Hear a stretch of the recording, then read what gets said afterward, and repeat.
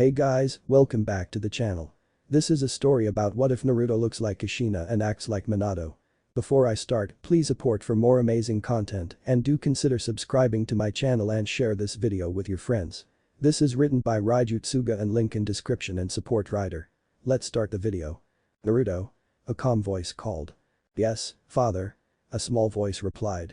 The 5-year-old Naruto sat cross-legged on a brown couch with his back towards the kitchen. To the boy's right was a small dining room with a square table and 4 green chairs. Behind him was a small standard kitchen. Across was another couch and a bookshelf behind that. Naruto had an unrolled scroll in his lap. Minato appeared from the kitchen wearing a pink apron over his standard shinobi uniform, holding a plate he was drying with a small dish rag. The elder blonde cocked his head at the scroll his son was reading and walked over after setting down the plate and rag on the counter. He stood over his son. "What have I told you about going into my library?" Minato asked. "No to, father. I didn't go to your library. I found a scroll in my room," Naruto explained without looking up. "In your room?" Minato sat beside his son. He picked up the end of the scroll and started reading. "It's from Mom," Naruto whispered. In his mind, Minato agreed that the scroll was Kushina's handwriting. He momentarily wondered when Kushina had written it. "May I?" Minato asked, and when Naruto nodded, he pulled the scroll into his lap to continue reading it. "My dearest Naruto. If you are reading this, something has happened to me and your father. There are several things I want you to know. The first is that we love you very much. The second is to never give up on your dreams. Your father's dream of becoming Hokage came true. Yours can too. When you are older, ask the current Hokage for information on your parents, especially me. I don't know how old you will be when you read this, but I assume you are too young to know many things about me. If your father is still alive, he will explain why I have moved on to the next world. I do hope that your father is still alive. A young boy needs his father. There are several scrolls I have written for you about my past and your father's, in case anything ever happens to me. They are stored in a small scroll in your father's library. Your father, the current Hokage, can retrieve them for you. Naruto, I love you very much. Your loving mother. Kushina." Minato blinked at the scroll. He read it repeatedly, and after a few minutes, he looked at his son. Naruto gave him a worried look, which he returned with a smile. "Naruto, how much do you know about your mother?" Minato asked, handing back the scroll. "Not very much, father." Naruto shook his head as he pulled the scroll into his lap, "just what you have told me." "I see." Minato pulled his son into his lap so the little blonde sat across his knees. Naruto looked up at his father. "He looks so much like Kushina but acts too much like me. Your mother was the most beautiful woman in the village. She was a little rowdy at times but very loving. She loved you so much." Minato smiled at his son. "What happened to mother?" Naruto asked. Minato sighed. He knew Naruto was too young to understand what happened that night. He was also too young to know about the Kyuubi. He would explain everything to Naruto one day, but now was not the time. "I'm sorry, Naruto." Minato shook his head, "You're a little young to understand. I promise that when you are older, I will explain everything." For Naruto's age, he was surprisingly quiet and mature. He understood that his father thought he was too young, so he didn't protest. Naruto just nodded in agreement, surprising Minato. Still sitting on his father's lap, he pulled the scroll over and re-rolled it. They sat there for a long time until Naruto finally hopped down. "What's for dinner?" Naruto asked quietly. "Your favorite," Minato replied, standing up. The older blonde grabbed Naruto's hand and walked him into the kitchen. "Ramen?" Naruto's eyes brightened as he walked into the kitchen and smelled the ramen cooking. Although Naruto was mature for his age, he was still quite simple-minded sometimes. "Yes, your mom's famous recipe." Minato smiled at his son. The following day, Naruto sat cross-legged with another scroll in his lap in his father's office. He was reading something about chakra nature. He was usually so quiet that most didn't even notice him or chose to ignore him. Minato sat at his desk, doing the typical paperwork quietly. After a while, Minato looked up at his son and frowned. A young boy his age shouldn't want to sit and read constantly. Minato shook his head. Even when he was young, he still wanted to go and play with the others his age. "Naruto? Why don't you go outside and play with your friends?" Minato asked. Naruto looked up from the scroll and said, "I don't have any friends." "What about Kiba? Shikamaru? Choji? Sasuke?" Minato questioned. "I don't know. They used to play with me and now they don't." Naruto shrugged. "Did something happen?" Minato cocked his head. "I don't think so," Naruto replied. "Maybe I'll ask Shikamaru soon what's going on," Minato told himself. "Please don't, father," Naruto said. Why?" Minato asked. "I can make new friends, father," Naruto lied. "Alright, then." Minato nodded and returned to his paperwork. Naruto went back to reading the scroll. Occasionally, Minato would glance up at his son, still worried about the young boy. Several hours passed, and Naruto would exchange the scroll for a new one now and then, checking first with his father to ensure he could read those scrolls. The young boy still sat in the same position. "Father?" Naruto asked. Minato looked up at his son, "Yes. Why am I named Uzumaki and you Namikaze?" Naruto asked. Minato blinked at his son. He didn't think Naruto would notice yet. Minato smiled and motioned for his son to come over. The little one did as he was told and trotted to his father. Minato helped his son onto his lap. "I didn't think you would notice just yet," Minato admitted, "but your mother thought it was a good idea for you to be named after her and not me." "Why?" Naruto blinked, confused. "Because many people and shinobi are out there who don't like me and would want to hurt me. There aren't a lot of Namikazes in the world. If you were a Namikaze, many of my enemies would come after you to get to me," Minato explained. Naruto nodded, "Oh.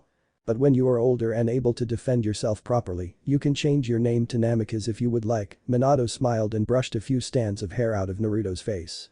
Naruto smiled and nodded again. Minato brushed a few more strands of hair from Naruto's face and laughed, "You did get my unmanageable hair, you need a haircut." Naruto's eyes widened and both hands flew up to his hair, making Minato laugh even more. Naruto jumped down from his father's lap and ran to the door. However, he wasn't very fast. Minato came up behind the little blonde and scooped him up in his arms, both still laughing. Minato had stopped laughing before his son. It was a joy to Minato to watch his son laugh so carefree. He noticed that Naruto laughed just like Kushina. "Naruto?" Minato asked, pulling Naruto out of his laughing fit. "Yes." Naruto replied. "Would you like me to enroll you in the academy?" Minato asked, "You are the right age." Naruto's eyes widened and a large grin spread across his face, "Yes." Minato chuckled at Naruto's enthusiasm, "Alright then. You can start this upcoming year." Naruto's grin grew and he threw his hands around his father's neck, "Thank you, Tsusan." "Tsusan? I didn't get your call Tsusan. Usually, it's father or Tausen. Why the sudden change?" Minato laughed. Naruto pulled back and looked at his father with his arms still around his neck. He honestly couldn't think of why, so he just shrugged. Minato smiled gently at the boy, "You don't have to be so formal with me, you know." Naruto only smiled in response. Chapter 2. The Academy and the 10th of October. 6 years later. "Naruto!" Iruka yelled as he chased a blonde preteen. Naruto glanced back at his sensei. He was catching up. Of course, Iruka-sensei would catch up. He's a chunin, and Naruto was still an academy student. Did he think he could outrun his sensei? Of course not, but Naruto firmly believed he could outmaneuver him. Naruto glanced around to try and find a way to escape Iruka-sensei, but found none. So, for now, he just kept running. "Naruto. I said come back here." Iruka continued to yell. The blonde knew he needed to do something. Naruto glanced back once more and shook his head. He continued to run until he ran into something, or rather someone. Naruto bounced back and landed on his butt. The blonde put his hand back to his head to steady himself and then snuck a glance at who, instead, he ran into. At the sight of the person's face, Naruto looked away as Iruka finally caught up to Naruto. "Is there a problem here?" the voice called. "No, Hokage-sama," Iruka bowed. One of the academy students refused to take the graduating exam and bolted from the classroom. "I was just about to return to the academy with him. Nothing to worry about." "I see," Minato nodded, then pointed to Naruto, who still sat on the ground, "and this would be that student." "Yes, sir." Iruka glanced down at Naruto and nodded, "Come on Naruto. Let's get back to the academy." "It's alright, Iruka," Minato smiled, "I'll speak with him." Iruka looked back up at the Hokage.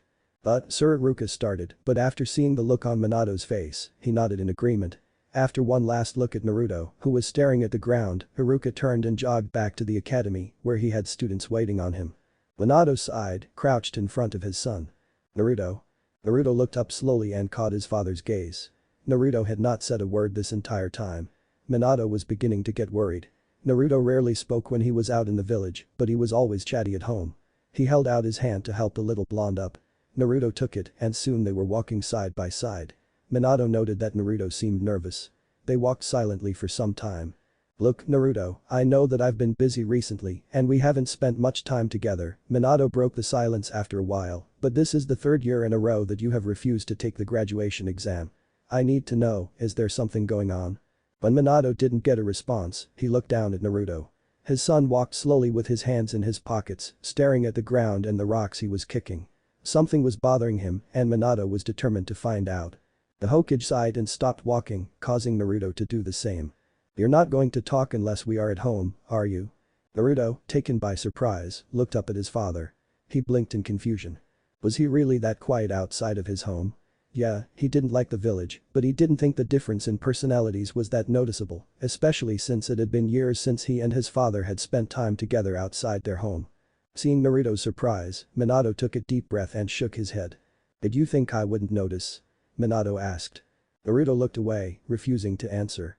He turned and walked away. After a few minutes, Minato caught up to his son, and Naruto felt his father place a hand on his shoulder. He stopped walking, knowing what his father was about to do. Let's go home, Minato said quietly, and they flashed to their home. After landing in their living room, Naruto still refused to look at his father. Naruto, will you talk to me now? Minato asked. Yes, Oda-sama, Naruto replied, still looking at the floor. Minato sighed, and Naruto realized his father was getting frustrated with him. What have I said about being so formal with me? Minato's voice had a slight bit of irritation in it, even though he was usually very good at masking his emotions. I'm sorry, Tsusan, Naruto looked up at his father. Minato smiled at his son, so tell me, why have you refused to take the exam again? For the third time, might I add. I just don't feel ready to graduate yet, Naruto answered with a shrug. Why? Minato pushed. I don't know, Naruto replied quietly, I don't like the class I am in, and they don't like me. What do you mean they don't like you? Minato repeated. Naruto shook his head. He didn't want to answer. The memories of the cold stares and whispers he always heard around the academy and in the village flooded his mind. Naruto, Minato pushed for an answer. Naruto shook his head again. Answer me, Naruto, Minato stated, bringing out his Hokage voice. They just don't. We don't get along, Naruto finally replied, his voice getting louder, I just don't fit in, okay? Minato sighed again. It was the same answer Naruto gave every year. He wanted to contact the academy and find out what was going on, but he knew that Naruto would say something to stop him. He would tell his father that he would take care of it, make new friends, or be the Hokage's son. Of course, he could take care of it. Naruto, this time, I want to speak to your sensei, Minato tried again. Please don't, father, Naruto begged. Alright, Minato sighed. He wanted to let Naruto handle things as he could, but this was the last time he wouldn't step in, but next year, you promise me that you will take the exam, alright?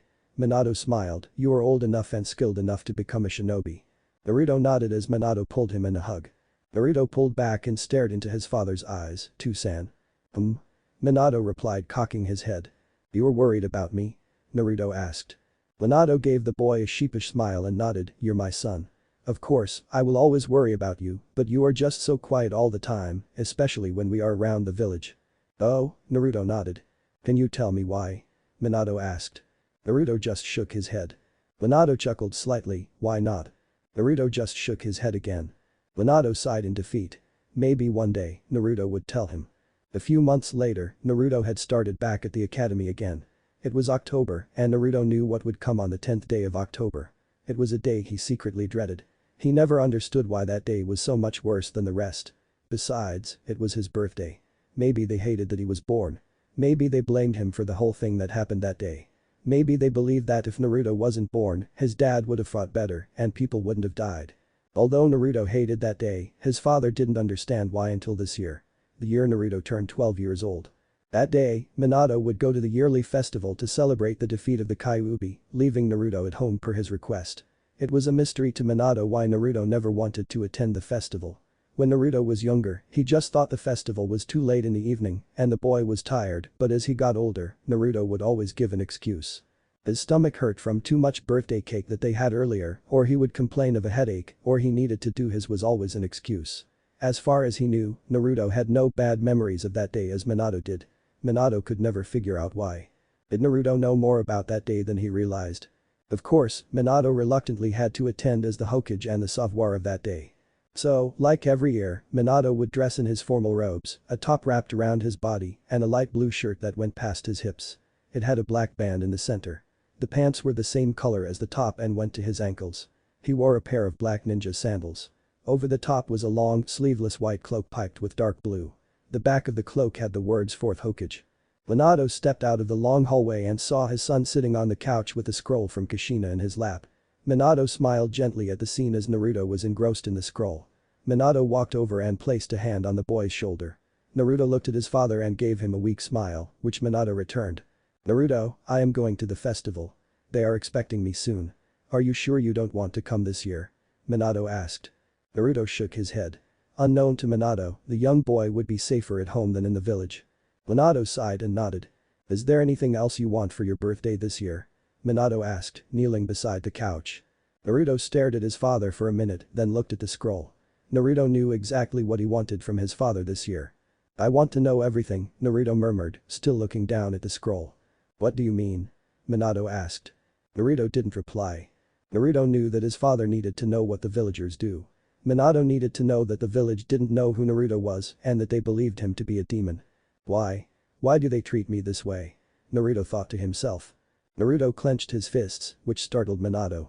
I want to know what happened to Mom, Naruto answered. Minato nodded, I can make that happen. Is there anything else? I want to know why everyone in the village hates me, Naruto whispered. Minato's face suddenly turned serious and he grabbed Naruto's wrist. What are you talking about, Naruto? Naruto looked at his wrist, then back up at his father. The boy's expression told his father that Naruto didn't realize he had said that out loud. Naruto looked away quickly. Never mind, Naruto shook his head. Minato suddenly moved in front of Naruto, still kneeling, and grabbed Naruto's shoulders, so the boy was forced to face him. He searched Naruto's eyes for emotion, but only found a blank stare. Damn, he was getting good at masking his emotions. Minato's face went from serious to worried, then mad. Naruto, you need to explain, Minato demanded, his voice changing to his Hokage voice. I said never mind, Oda-sama, Naruto replied, unshaken by Minato's harsh voice. Minato took a deep breath and looked at the kitchen clock. He needed to go, or the Anbu would start to look for him. Minato hesitated before letting Naruto go and standing up. We will talk about this when I get home. Do you understand? Minato stated. Yes, sir, Naruto nodded without looking at his father. I'll be back soon, Minato softened. Okay, Naruto nodded again, still not looking at his father.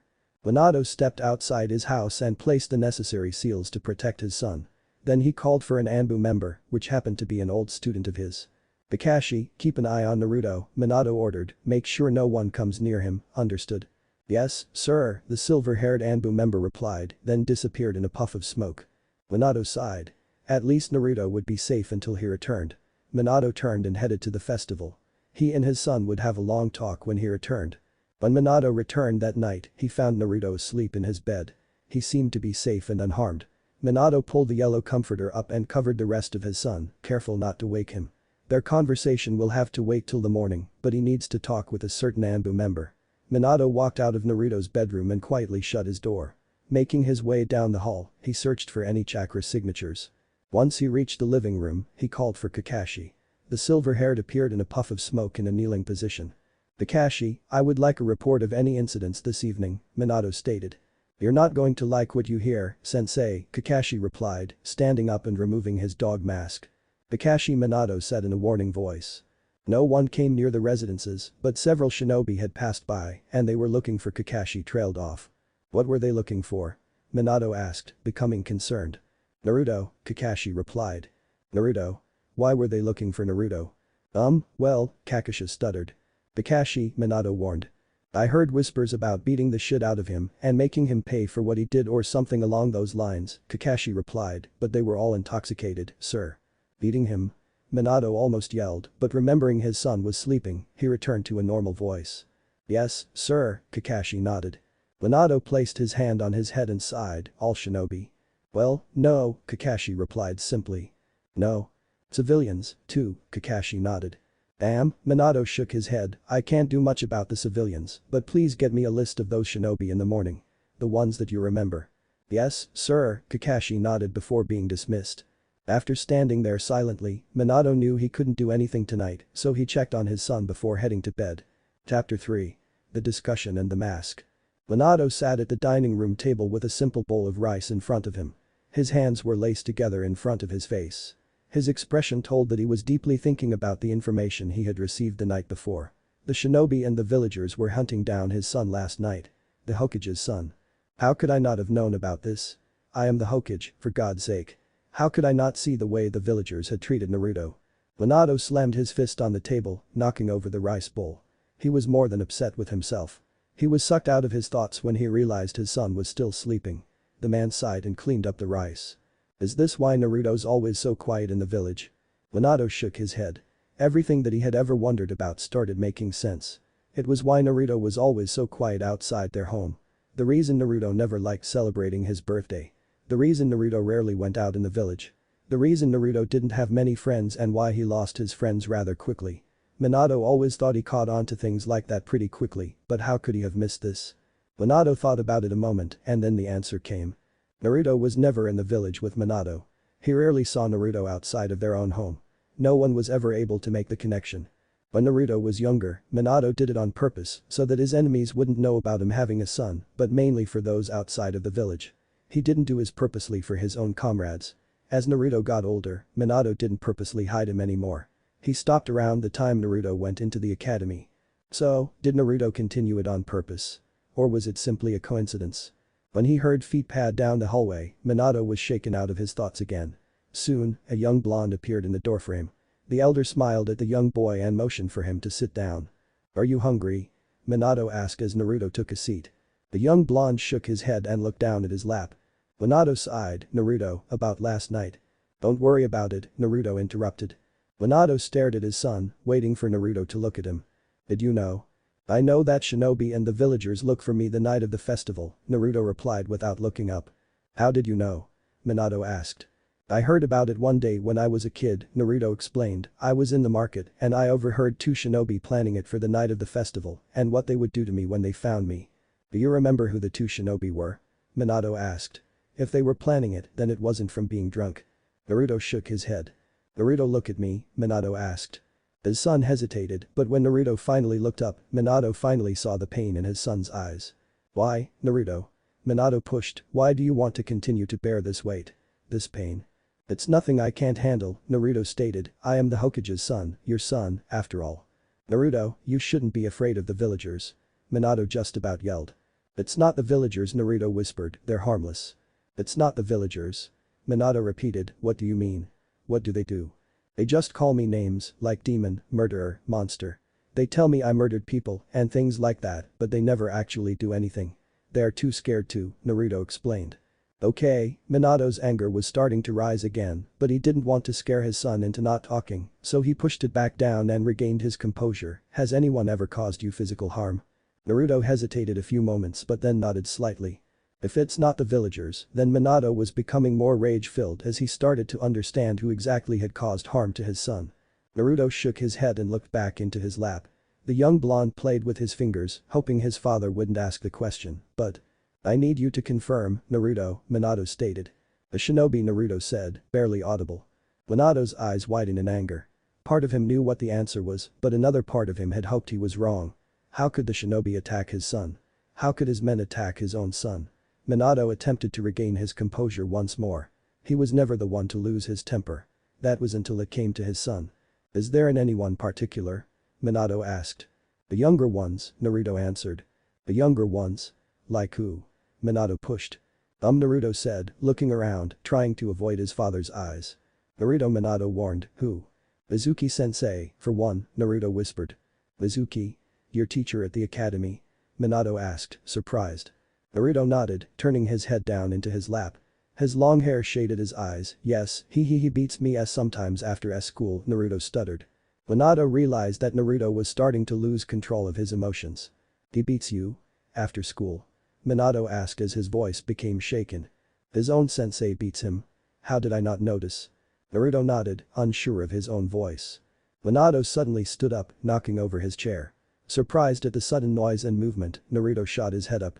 Minato could now see the tears streaking down his son's face. Minato walked over to him and pulled him into his arms. How could he let his son get this hurt by the village he was in charge of? Minato didn't know, but he knew he would be doing something about it. The young boy continued to cry into his father's chest. Naruto always kept all the emotion from the beatings and name-calling bottled up. He never wanted his father to know for reasons he wasn't sure of. He assumed it was because he didn't want his father to feel like a terrible Hokage. But again, this was just an assumption. Maybe it was because he was embarrassed that he couldn't protect himself.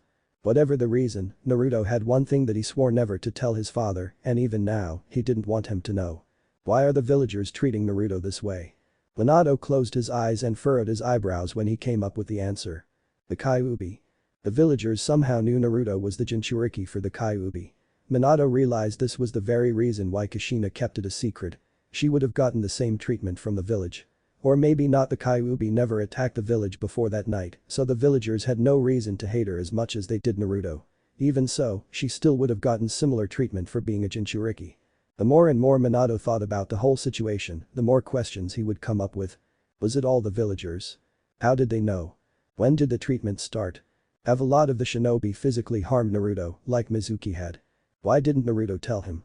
Hundreds of questions like these ran through Minato's mind. Would they treat him the same if he was around? Of course not, but Minato needed to know. He would have to send Naruto into the village himself.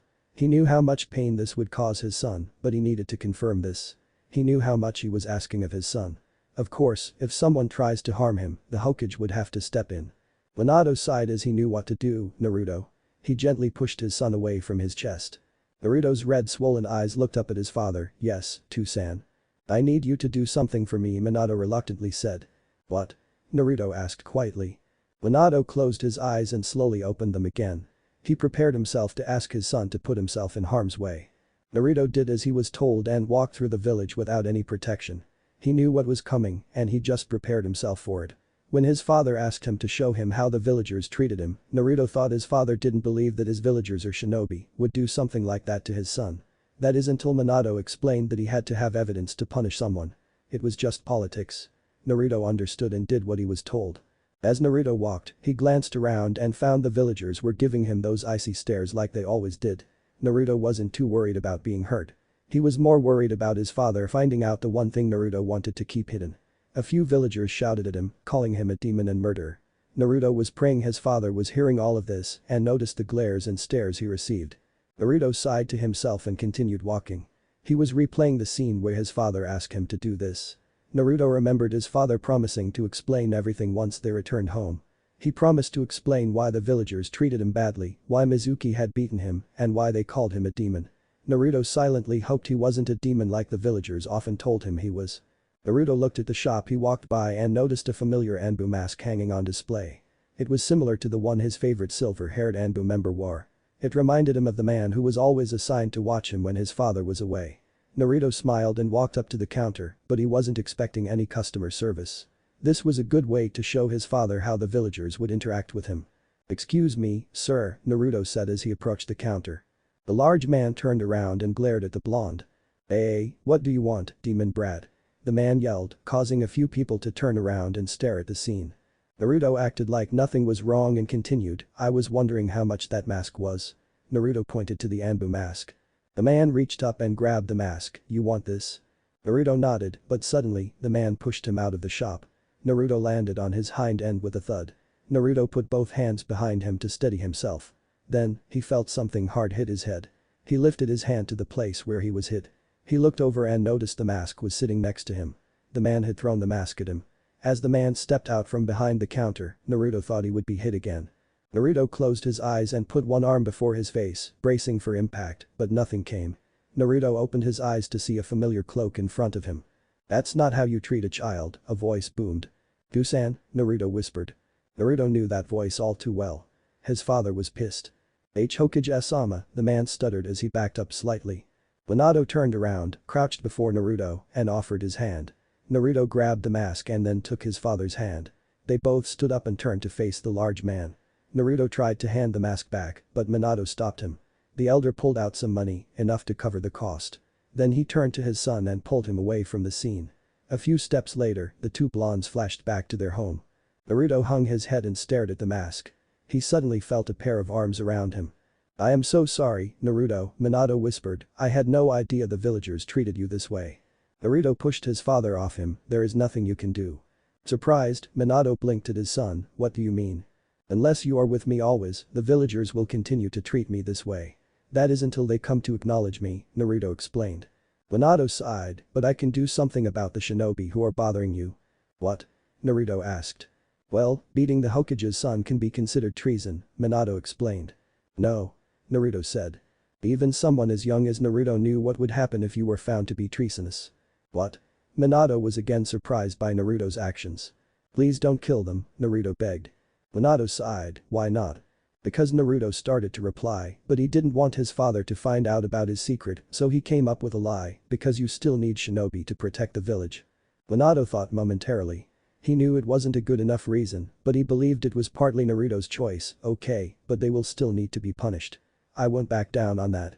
Naruto nodded, relieved that his father agreed, then pulled the mask to his chest and held it close. Thank you for the mask, Too-san. Minato chuckled lightly, you're welcome Naruto. Chapter 4. The surprise and the start of an. Tomorrow, you will take the graduation exam to become a genin. I am sure you are all prepared enough to take the exam, Iruka spoke to his class and then glanced at Naruto. Are you going to take the exam this year, Naruto? The blonde looked up at his sensei with a bored expression. He glanced around and noticed that his classmates were now staring at him, waiting for an answer. Naruto was loosely paying attention in the back with a few other students. The later-known Rookie 9 was seated in various positions. Shikamaru and Choji were, of course, sitting together on one side of Naruto. Ino and Sakura had fought over who got to sit by Sasuke, which neither won. Kiba was playing with his dog, not paying attention. Before he could speak, someone interrupted him. I don't see why he should. I mean, he's just going to fail, Sakura said with a cocky attitude. Naruto raised his eyebrows slightly at the comment from the pink-haired girl. For once, you're right, billboard brow, Ino agreed, crossing her arms. Shut up, Ino pig. Sakura countered. Naruto looked over at the blonde-haired Yamanaka and rolled his eyes. He didn't need to respond now. The girls were doing it for him. Come on, guys, I'm sure he'll just bolt from the classroom again, Kiba laughed as Akamaru barked in agreement. He might say something now. Actually, Naruto said as he leaned back in the chair and crossed his arms, I plan on taking the exam this year and passing, of course. I promised my father that I would. Your father? Iruka asked. He had assumed that Naruto was an orphan this whole time, but apparently, he has parents, or a father at least. Naruto nodded. Dead last, Sasuke murmured, I doubt you'll pass. We will see, Naruto shrugged. Alright then, Iruka tried to regain his students' attention, the exam will be in 3 parts. The first is a written exam, the second an oral exam, and the third is a performance test. The other side of the academy. A Chunin-level shinobi stood at the front desk of the academy, filing paperwork. He heard the door open and close and then blankly asked without looking up, something I can help you with?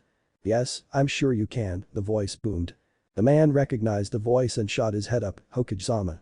Minato looked at the man, you're Mizuki, aren't you? Why yes, sir, Mizuki nodded. Aside from the reason I am here, I need to speak with you later in my office, Minato stated, I will summon you. Yes, sir, Mizuki nodded again, what can I help you with? I need to speak with my son, Minato said. Your son sir? Mizuki asked, slightly confused. Yes, Uzumaki Naruto, Minato said. Mitsuki's eyes widened and Minato made note of this reaction. They honestly did not know that Naruto was his son. Naruto? Mizuki asked in surprise. Yes, Minato replied, can you retrieve him for me? Of course. Mizuki nodded and jogged off to retrieve the little blonde. Back in the classroom. Iruka continued to talk about the exam to his students. Sitting in the back, Naruto was trying to pay attention, but since he heard this lecture 3 times before, the blonde was having a hard time. Suddenly, there was a knock on the door and Iruka yelled to come in. Naruto noticed that it was Mizuki, the one who would beat him almost every day after school. Naruto unconsciously narrowed his eyes and tensed up. Shikamaru and Sasuke were the only ones to notice. Iruka and Mizuki briefly discussed something before turning their attention to the blonde. Their eyes showed the same expression. Shock. Naruto closed his eyes and shook his head, shit. Again, Shikamaru and Sasuke caught on to his reaction and knew something was up. Sasuke was closer and was about but was cut off by Iruka calling Naruto's name. Yeah? Naruto replied hesitantly. At this point, all the students had picked up on their instructor's expression and had turned their attention to the blonde at the back. Naruto swallowed hard at suddenly being the center of attention and not in a good way. Your father is here to see you, Iruka said. What? Naruto's eyes suddenly widened. Why was his father here? Your father has come to retrieve you, Mitsuki repeated, narrowing his eyes at Naruto. Alright, Naruto nodded and stood. He made his way down the stairs to the door of the classroom. Iruka continued to stare at the blondie until they had walked out of the classroom and Mizuki closed the door behind them. Once they were alone in the hallway, Naruto had stiffed like he was preparing for one of the beatings from Mizuki. He flinched when he felt a hand on his shoulder. He looked up and found Mizuki staring ahead as they walked. The blue-haired man looked pissed. Why didn't you tell us who you were, Uzumaki-sama? Mizuki snarled as he tightened his grip on the blonde's shoulder. Don't call me that, Mizuki-sensei, Naruto snapped back, trying to free his shoulder. What? Uzumaki-sama. Mizuki smirked and looked down at him. Yes, that. Naruto snapped again. We'll have to see about that, Mizuki said as they reached the principal office of the academy. The blue-haired shinobi removed his hand from Naruto's shoulder before Minato noticed them. Minato stood staring at the wall of photos of the academy teachers behind the main desk. The Hokage heard footsteps coming down the hall and turned to see the two approaching. Mizuki had an expression on his face that Minato did not appreciate, but he would deal with him later. Right now, he had something more important to do. Naruto. Minato smiled at his son as Naruto walked up to him. "Kusan," Noro replied. Minato placed his hand on Naruto's shoulder, the same one Mizuki had placed his hand on. Naruto unconsciously flinched at the touch. Minato noticed but didn't acknowledge it or remove his hand. He knew precisely why Naruto had flinched and he didn't want Mizuki to see that he was aware.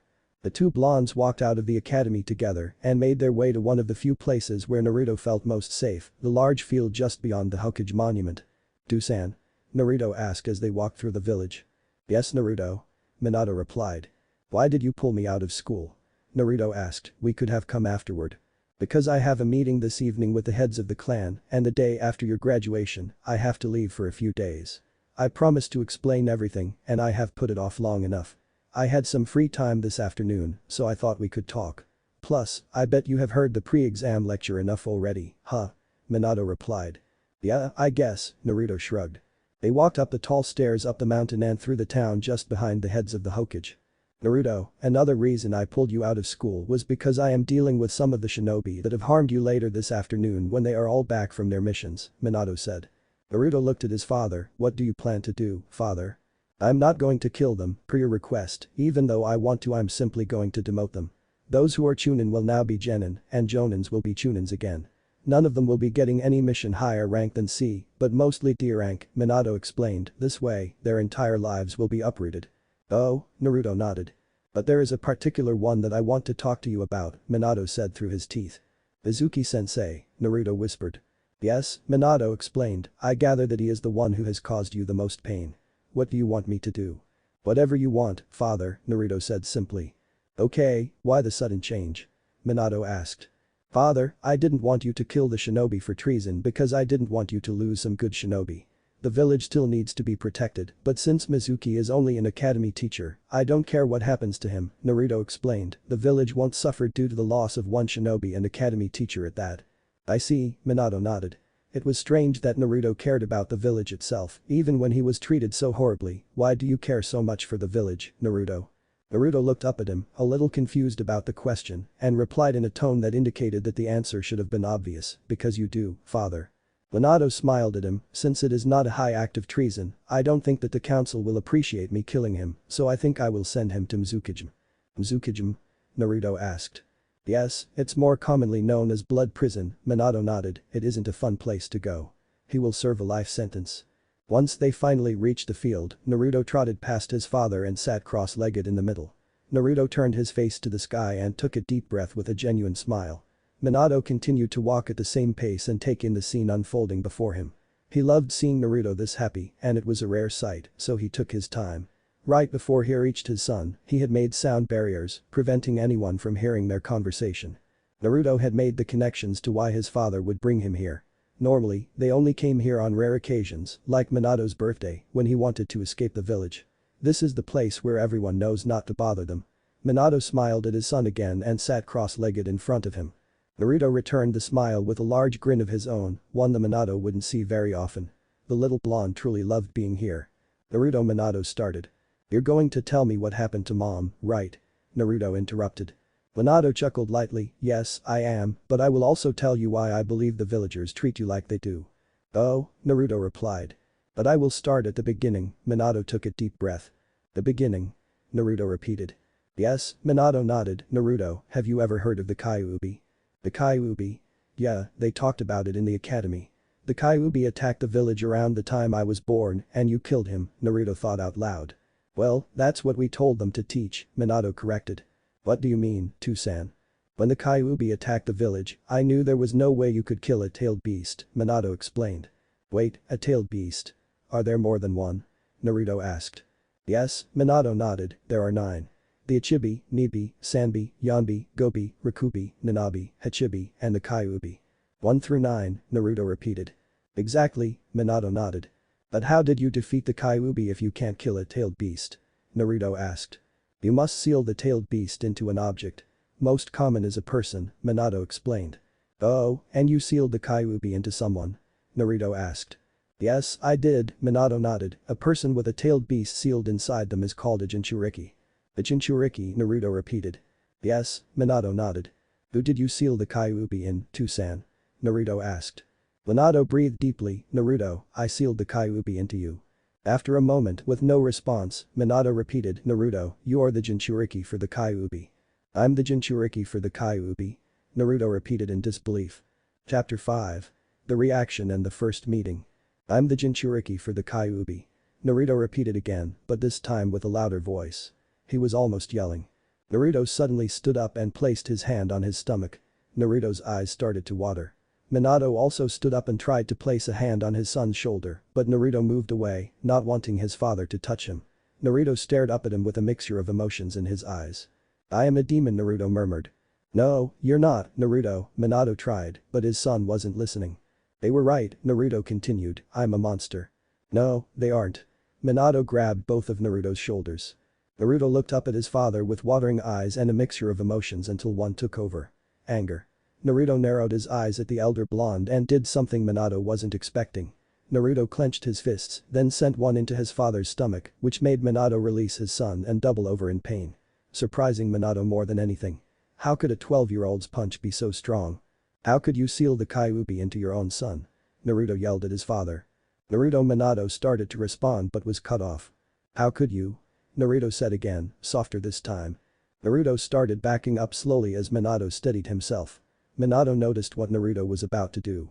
Naruto, wait, Minato held out his hand, but it was too late. Naruto had bolted. Minato started to go after him but stopped. Naruto needed to let this sink in.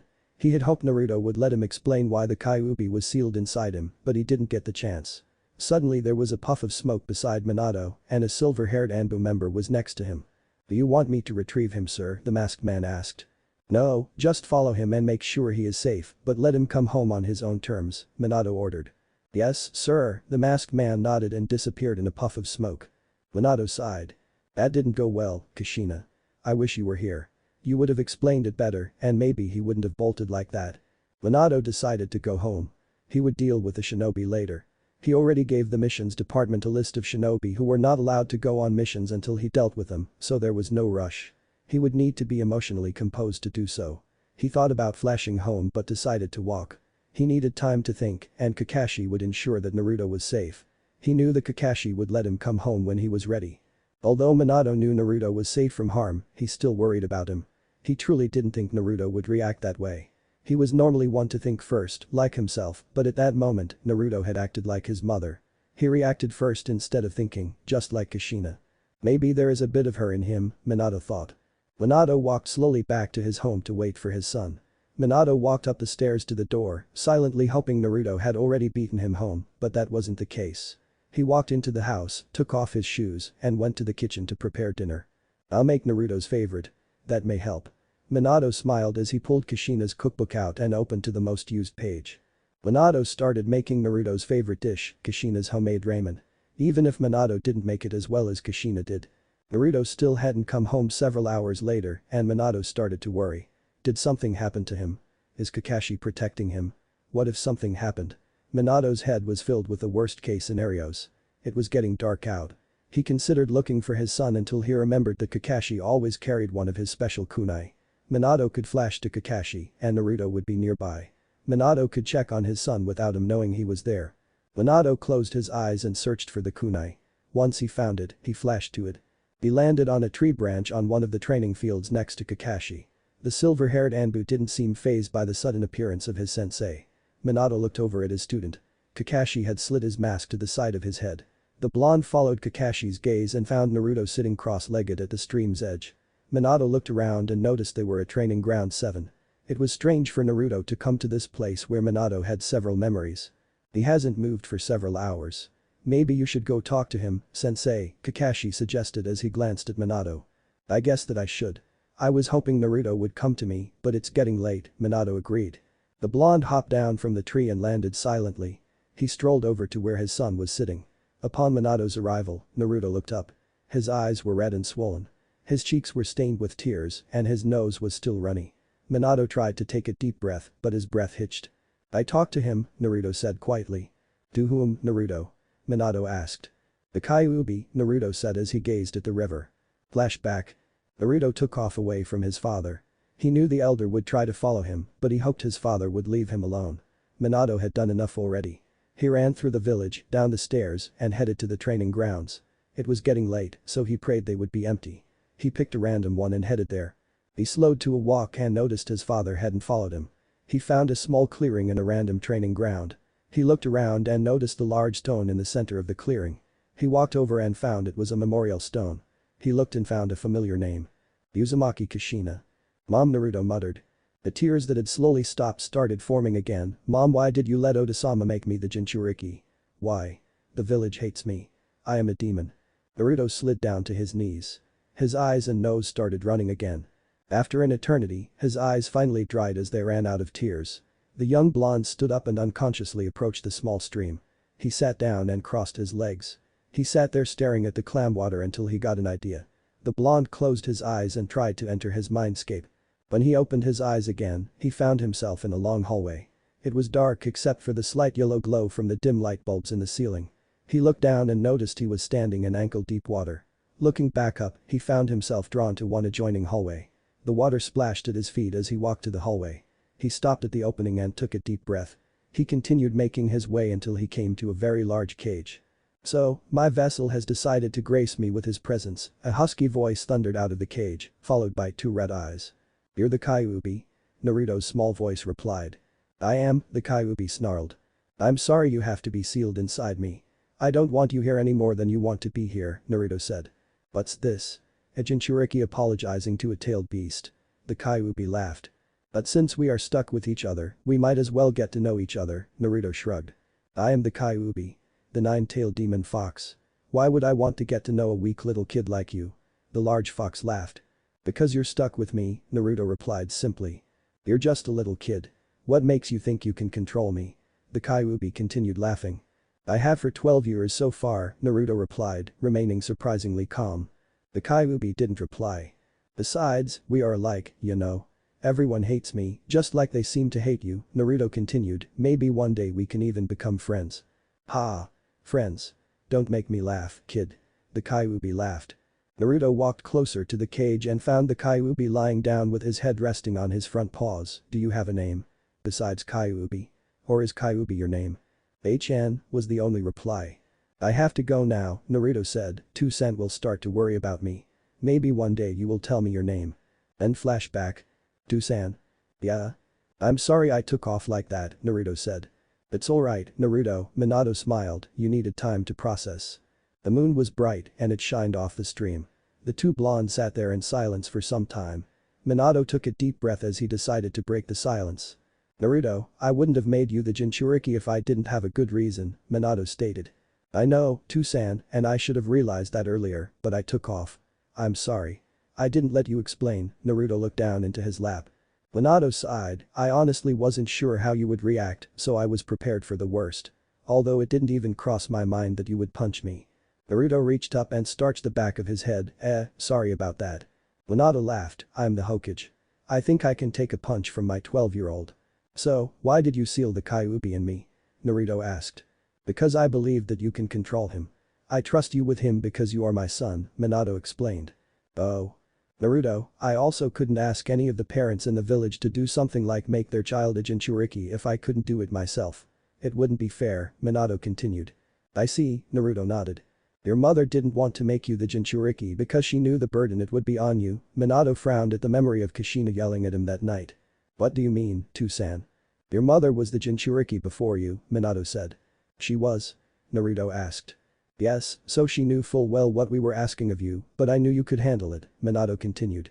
Oh.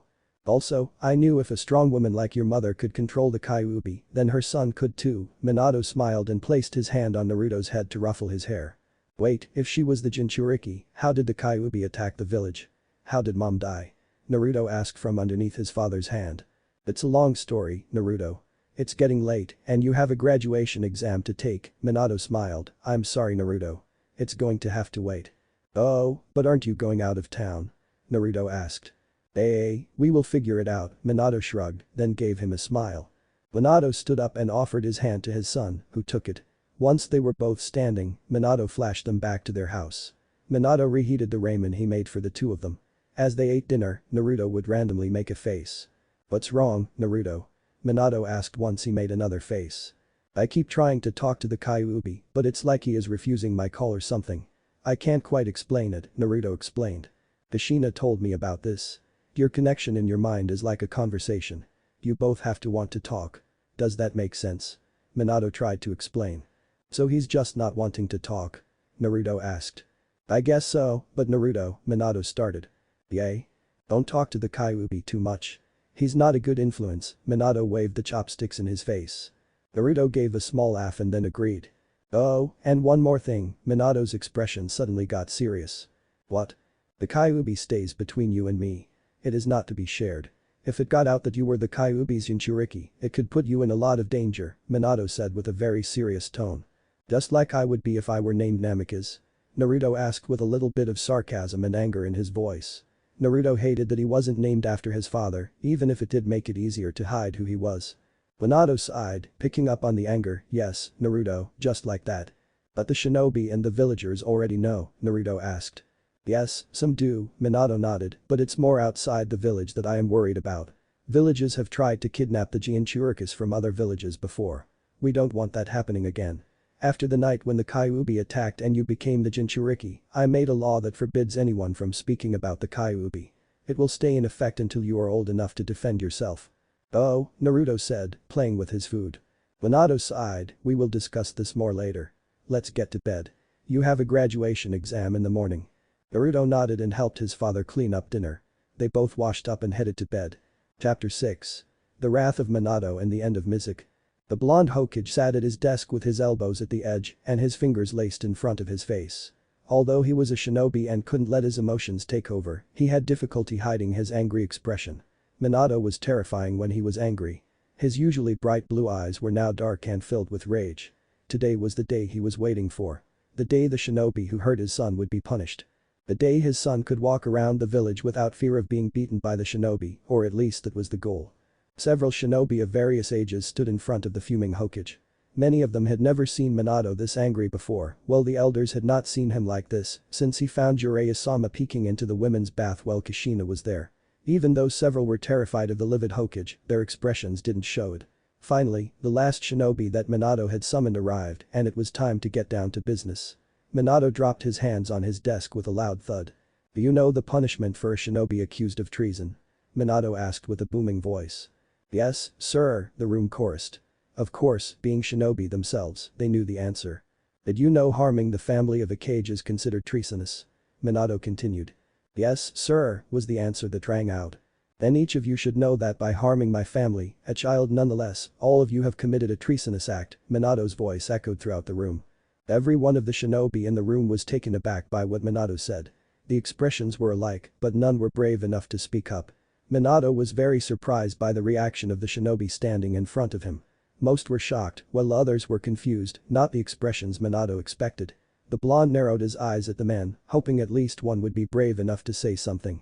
Finally, one of the men in front had enough courage to speak. "Sir, I believe I speak for everyone here when I say that we aren't sure what act of treason you are referencing," the man defended. "You don't know what act of treason I am referencing?" Minato snapped and stood up, slamming his hands on his desk. "No, sir," the man shook his head. "I am referencing to the fact that all of the shinobi standing before me have abused my son somehow," Minato yelled. "You have a son, sir?" the man asked as his voice wavered. Minato was taken aback by the question. Of course, he had a son. What kind of question was that? "Yes, I have a son. I understand if the villagers weren't aware of him," Minato gritted his teeth. He was seething, "but my own men. Hell, he sat in the corner of my office every day until he went to the academy." "Sir, we didn't know you had a son, honestly." A couple of the shinobi tried to reason. "Who is your son, sir?" one asked. "Uzumaki Naruto is my son," Minato replied. The man he was speaking to suddenly could not talk as his eyes widened in obvious realization. The rest of the shinobi in the room had the same or similar reactions. Minato narrowed his eyes at the men. "That kid is your son?" one of the men asked. "Yes," Minato snapped. "I swear to God that and I assume the other men here, didn't know that he was your son," another said. How could you not know that he is my son? For God's sake, we even look alike. Minato continued. The boy never said anything, Hokage-sama, a voice said. Minato turned and looked at where the voice came from. Mizuki, Naruto-sensei, would beat and abuse him after school. Minato had hoped to deal with him separately, but it didn't look like that would be the case. He never said anything. Minato repeated. No sir, Mizuki shook his head. When asked about his parents, he would stay quiet or make very vague replies. Minato furrowed his eyebrows at Mizuki's answer. Although he didn't believe a word they were saying, how could they not make that connection? He had no proof that they did know Naruto was his son. Minato then remembered Mizuki's reaction when he went to pick up his son from school. Maybe they were telling the truth, and maybe not. For now, Minato would give them their punishment anyway. Regardless, Naruto is a child, and he suffered forms of abuse from all of you, so as punishment for causing physical and mental harm to my son, you all will be demoted, Minato said. What? A few chimed. Those of you who are Chunin will now be Genin. Jonins will now be Chunins. You will not be allowed to advance in ranking for at least 5 years, Minato continued, your missions will not be higher rank than C. Are you kidding? A few gaped in awe at their punishment, that's not fair. You should be thanking my son that you are not dead. Minato yelled. The room went silent. When I found out that all of you have beaten and abused my son, I wanted to have you all executed that moment, but my son stepped in and wouldn't allow it, Minato explained. Now I ask, what would you have done if you found out that your child was beaten and abused by your comrades? By men you grew up with? That you went to school with? That you fought alongside? That you would have given your life for? What would you have done? A few men shook their heads while others remained silent. Exactly, Minato said, I am the Hokage, and my men, the ones I am in charge of, have done this to my son for years. He received mistreatment for nothing he has control over, for things he has never done. What do you expect me to do? Your punishment isn't harsh enough for beating a child, let alone my son. But Naruto disagreed. You should be thanking him for sparing your lives. I wanted to have you all executed or thrown in prison. Naruto is the one that saved your asses.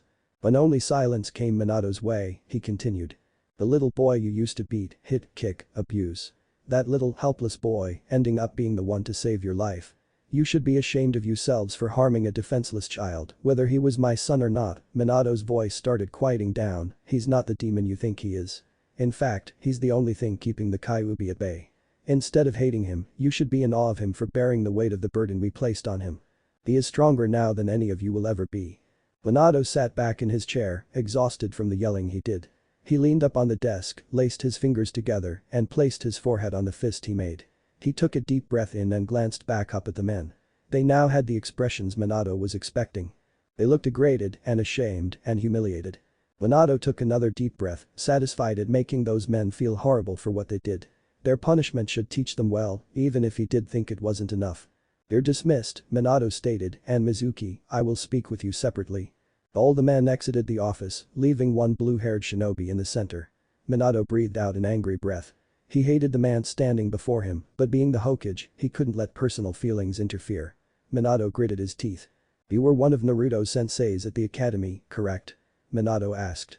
Yes, Hokage-sama, Mizuki nodded. Mizuki, Naruto told me about what you did to him. He identified you as one of the worst when it came to the abuse he received, Minato explained, therefore, you will receive the worst punishment. Mizuki only nodded in response. Thanks to the council, your life will be spared, but you will stripped of your shinobi status and sent to Mizukijin, Minato stated. Mizuki's mouth dropped open at the mention of the prison. Anbu? Minato called. Suddenly, a silver-haired Anbu member with a dog mask and a brunette with a cat mask appeared, taking Mizuki on either side. Your chakra will be sealed away, Minato explained, I will let Inoichi and Ibiki do what they will with you before you are sent to Mizukijin. Mizuki continued to stare in disbelief. Take him away, Minato stated. With a puff of smoke, the three men disappeared. Minato sighed as he looked at the clock. I need to get to the academy. They should be expecting me soon. Chapter 7. The graduation and the realization. Alright, for the final part of the graduation exam, you must demonstrate one of the 3 basic jutsu. Kawarimi no jutsu, Bunshin no jutsu, or Henj no jutsu, Haruka explained to the class. We will be going backward alphabetically. First up is Yamanaka Ino, Haruka finished. That means I will be next, Naruto thought to himself. Ino stood up and followed Haruka to the next room, but not before Sakura called her Ino pig and told her not to fail. A few moments later, Haruka returned to the room, next, Uzumaki Naruto. Naruto stood up with everyone's eyes on him. Naruto was used to being stared at, so he didn't react but walked down the stairs to follow Iruka to the next room. "Don't fail, dead last," Sasuke commentated as Naruto walked by. "I don't plan on it, team," Naruto replied casually. "Don't call Sasuke that," the pink-haired girl called out, which Naruto ignored. Iruka held the door open for the blonde as he stepped through. "Are you ready, Uzumaki-sama?" Iruka asked as Naruto walked by. Naruto stopped and the world stood still momentarily before he shot Iruka a look. "Don't call me that." "Oh, I'm sorry Naruto. Let's begin," Iruka said, closing the door. "Uzumaki-sama. What's that all about?" Sakura asked no one in particular. "Who knows?" Kiba snorted. "Naruto's probably hiding something," Sasuke smirked. "It probably has something to do with the name Uzumaki," Shino commented. "Why?" "Because there is no one else in the village with that name." What about his parents?" Choji asked. "Isn't Naruto an orphan?" Sakura replied. "Naruto-kun doesn't talk about his family much," Hinata whispered. "That's probably because he doesn't have any," Kiba said. I bet Naruto is going to surprise us all," Shikamaru said. "What do you mean, Shikamaru?" Choji asked, munching on a bag of potato chips. "Just watch," Shikamaru smirked. Naruto followed his sensei down the hall into a large classroom. It was empty except for a table at the front. Iruka instructed him to the center of the room. Naruto didn't glance over at the table because he knew who would be sitting there. Mizuki. Naruto made his way slowly to the center and kept his gaze down. "Please perform the Henge no Jutsu," a familiar voice called. When Naruto heard the voice, his head shot up. "Tusan." "Naruto," Minato nodded. "Why are you giving the final test of the exam?" Naruto asked. Minato leaned forward and placed his hands on the table. "Mizuki was occupied and I couldn't find a replacement teacher in time, so I filled in. Now, if you could perform the Henge no Jutsu, please." Naruto smiled, nodded, and placed his hands together in a ram sign. Henge no Jutsu. Naruto had transformed into the fourth Hokage with a puff of smoke. After a few seconds, there was another puff of smoke and Naruto returned to normal. "Very original, Naruto," Minato chuckled lightly. I didn't have to change much," Naruto scratched his head. "The Henge was complete, Hokage-sama," Iruka nodded. "Indeed it was," Minato agreed. "Does that mean I graduated, Tusan?" Naruto asked, giving his father a large grin. "Well, we have to add up the rest of your scores to determine that, Naruto," Minato explained. "Please move to the waiting area. It's next classroom down." Naruto nodded and headed out the door. He didn't mind revealing his identity to Iruka since he already knew when his father picked him up from the academy. Still, he didn't appreciate Iruka calling him Uzumaki-sama in front of the classroom. Naruto made his way to the next classroom slowly. He slid the door open and noticed Ino was sitting at one of the desks. "How'd it go?" she asked politely. "Well, I think," Naruto shrugged. "You?" "Good. Which did you have to perform?" she asked again. "Henge, you?" "Clone," Ino replied. "Glad I didn't get that one, I suck at clones," Naruto laughed. Naruto took a seat a little ways from her. The next to enter the classroom was Sasuke, who surprisingly sat next to Naruto. The blonde shot him a look, which was replied with a glare. Naruto understood that the Uchiha wanted to avoid sitting next to Ino. Next was Shikamaru, who murmured something about troublesome, followed by Kiba, who ranted about it being easy. A few others followed suit. Slowly, everyone arrived in the classroom and took various seats. Once all the students had arrived in the classroom, Iruka followed.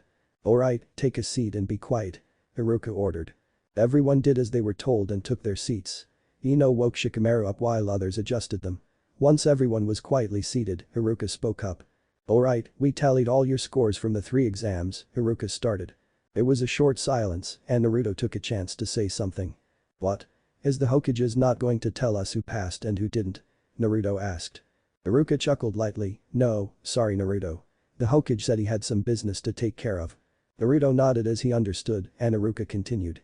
"Alright, I will announce who all passed and who didn't. Those who passed will be ordered from highest score to lowest. If you don't hear your name, you didn't pass," Iruka explained. A student sat there waiting for Iruka to continue. "Afterwards, those who didn't pass need to leave. The others remain here for further instruction and your Hitai, understood?" "Hi," was replied in unison. "Alright then, let's begin," Iruka nodded. "The highest score and the first person to graduate is..." You could almost feel the tension in the room rise as the class waited for the first person's name to be called. Most figured Sasuke or Shikamaru would score the highest, but no one expected the result. "Uzumaki Naruto," Iruka finished, a little surprised himself. A few gasps were heard throughout the room and Naruto could feel everyone staring at him. Naruto looked up at his sensei and smiled. Iruka only nodded in response. "Dead last, finished first." Sasuke smirked. I guess so, Naruto murmured. Uchiha Sasuke, Aburame Shino, Iruka continued to call names for 10 minutes. Once he was finished, several students got up and left, leaving the rookie 9 and a few others in the classroom. Congratulations on graduating, Iruka smiled, now the real fun begins. Real fun? Kiba repeated. Tomorrow, all of you will report here for your first assignment, Iruka continued, smiling, please come forward to retrieve your hit I-8s. Everyone did as they were told, grabbed a hit I-8s, and exited the academy. A group of parents were standing in the courtyard waiting for their children. Naruto was the last to leave the building. He looked around and didn't see the yellow spiky hair he knew all so well. He sighed and looked down at his hit eye. Congratulations and special dinners were heard throughout the group. Naruto glanced around once more and then heard some familiar whispers. They let him become a ninja. You know what could happen if that kid starts learning jutsus? That's him. That's the SHH. It's taboo. Naruto shook it off, but it still hurt no matter how much he was used to it. He stuffed his hit I-8 in his pocket and made his way out of the group to head home. He would see his father tonight, but he must be busy right now. Naruto lowered his head. Naruto, a soft voice came from the other side of the yard. Surprised at the voice, Naruto looked up and saw his father standing there with one hand on his hip. Minato gave him a huge smile and beckoned him forward. Naruto returned to the smile and trotted up to his father. Naruto stopped short of his father and pulled the hit I-8 out of his pocket. Minato crouched down and hugged Naruto, congratulations, son. Naruto returned the hug, thanks, Tsu-san. By now, Naruto knew the whole village would soon discover he was the Hokage's son. He would have some explaining to do to his father. And hopefully, he wouldn't be too hurt or too mad. Naruto pulled back and Minato stood up. Minato looked over to the group of parents and found it strange that they were staring at him like he was a ghost. Minato saw Shikaku Tsume and several other clan leaders and nodded. He did the same to the other shinobi. Didn't know the Hokage had a son, Shikaku commented, watching Minato with a little blonde-haired boy. Especially his son being the demon child, Tsume agreed. I knew Naruto was Hokage-sama's son, Shikamaru shrugged, but what do you mean, demon child? Never mind that. How did you know? Shikaku raised an eyebrow. Well, it's kind of obvious, Shikamaru said, I mean, they look and act alike. Shikaku nodded in agreement. Tsu-san, can we go home? Naruto asked. How about we go to the field and finish our discussion instead? Minato smiled. Naruto smiled and nodded in agreement. He looked down at his hit I-8, placed it on his head, and tied it. Now I look like you, Naruto laughed. Minato ruffled Naruto's hair, you've always looked like me. Minato placed his arm around Naruto as they descended the familiar path to their favorite spot. Chapter 8. The end of an explanation. Minato sat across from his son as he chatted about the easy exam he had taken only hours earlier. Minato would laugh or ask a question occasionally. He was happy that Naruto was starting to open up more. A few months ago, Naruto would not have been this chatty. Minato sighed. He's becoming more and more like Kushina every day. Who knew the villagers kept this bubbly personality bottled up in his son? Naruto finished his monologue, ending with everyone being surprised that Naruto had the highest scores. There was a moment of silence, and Minato took it. I'm glad school went well for you, Naruto, Minato smiled, but tomorrow, your real test starts. What do you mean, Tsu-san? Minato laughed at the memories, you'll just have to wait and see. Naruto crossed his arms and made a hump sound, which only made Minato laugh more. The laughing soon became contagious as Naruto started laughing too. Once the laughing subsided, Minato knew it was time to get serious. Naruto needed to know what happened to his mother. He promised it, and it was time to tell him. Naruto, I promised I would tell you about your mother, Minato started, I think you are old enough now to understand the whole story. Naruto nodded and pushed Minato to continue. As you already know, Kushina, your mother, was the Jinchuriki before you. Before I tell you what happened the night you were born, it would be best for you to know more about your mother's history, Minato said. Mom's history? What do you mean? Wasn't she from Konoha? Naruto asked. Yes, she lived here, but it's not where she was born, Minato shook his head. Oh. Your mother was chosen as the second Jinchuriki of the Nine Tails. She was brought to Konoha for that purpose, Minato continued, she was originally from the Whirlpool country and she lived in the village hidden in the eddies. Wait, why was she living in Konoha if she was from another country? Naruto asked. The Whirlpool and the Fire Country, as well as the Hidden Eddies and Hidden Leaf, have solid ties to one another, Minato explained, the Uzumakas and the Senjus, the leaders of the villages, were distant blood relatives. The people of the Eddies had astonishingly long lives, giving them the nickname of being the village of longevity. The Uzumaki clan specialized in sealing. The seal I used to seal away the Kyuubi inside of you was based on her clan's technique. Kushina taught me several sealing techniques, allowing me to become a seal master.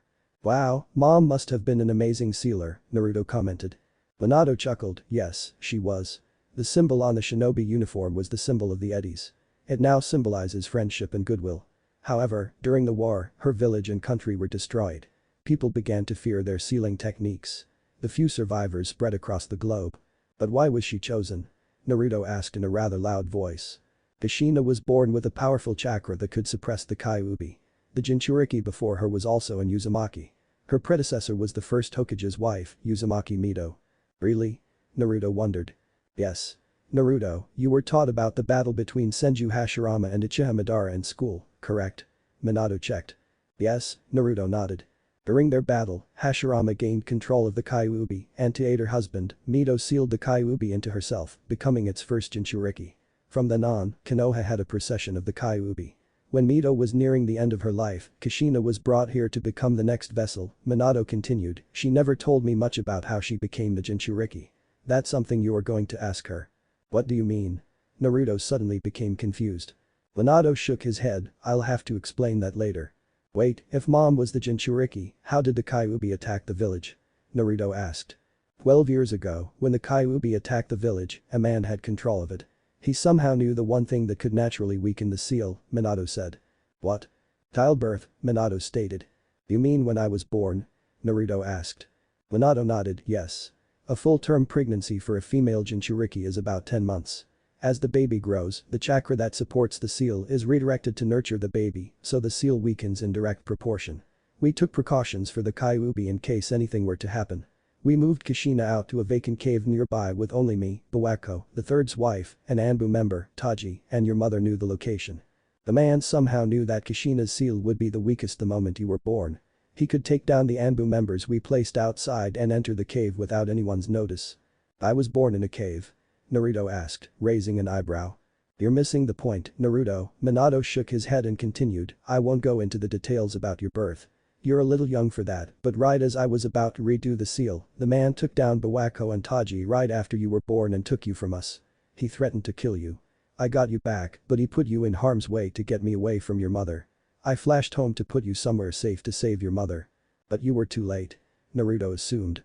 Not exactly, Minato's voice started to shake as he relived those painful memories. The man took her to a place right outside the village and ripped the Kyuubi from her. I managed to get there right after the Kyuubi had been extracted and move her to a safe place, but the man and the Kyuubi were headed to the village.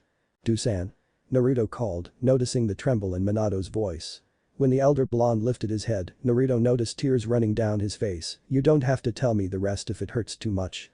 No, it's alright, Naruto, Minato shook his head, wiped the tears from his face with his sleeve, and took a deep breath to continue. I took your mother to where I had left you, then went to face the man and the Kyuubi. Once I arrived at the village, the Kyuubi was already on a destructive path. I had to stop him from destroying the village anymore. But that man had other plans. He moved me away from the village and fought me one-on-one. I can't go into detail here because they are classified, but I will say I was able to injure him and get back to the village, but not before I made him lose control of the Kyuubi and summon Gambunta to help me handle the Kyuubi. What do you mean summon Gambunta? Naruto asked. I have signed the toad summoning contract. Gambunta is one of the toads. I will explain that more when you are ready, Minato answered Naruto's question, then continued the story. Gambunta was able to hold down the fox long enough for me to build up chakra to teleport the Kyuubi outside the village. I also was able to get both you and your mother. I brought you too because I had a plan. I may have been able to injure the man, but I knew he'd be back. Kushina used the last chakra to put a barrier around the Kyuubi to hold him down. Kushina was prepared to use the last of her chakra to reseal him inside her and have him die alongside her. But you didn't let that happen? Naruto asked. No, my original plan was to seal half in me with the dead demon seal and half inside you because you were so young. I didn't think your body could handle all of the Kyuubi's chakra, Minato explained. But mom wouldn't let you do that either, Naruto assumed. No, we came up with a different plan.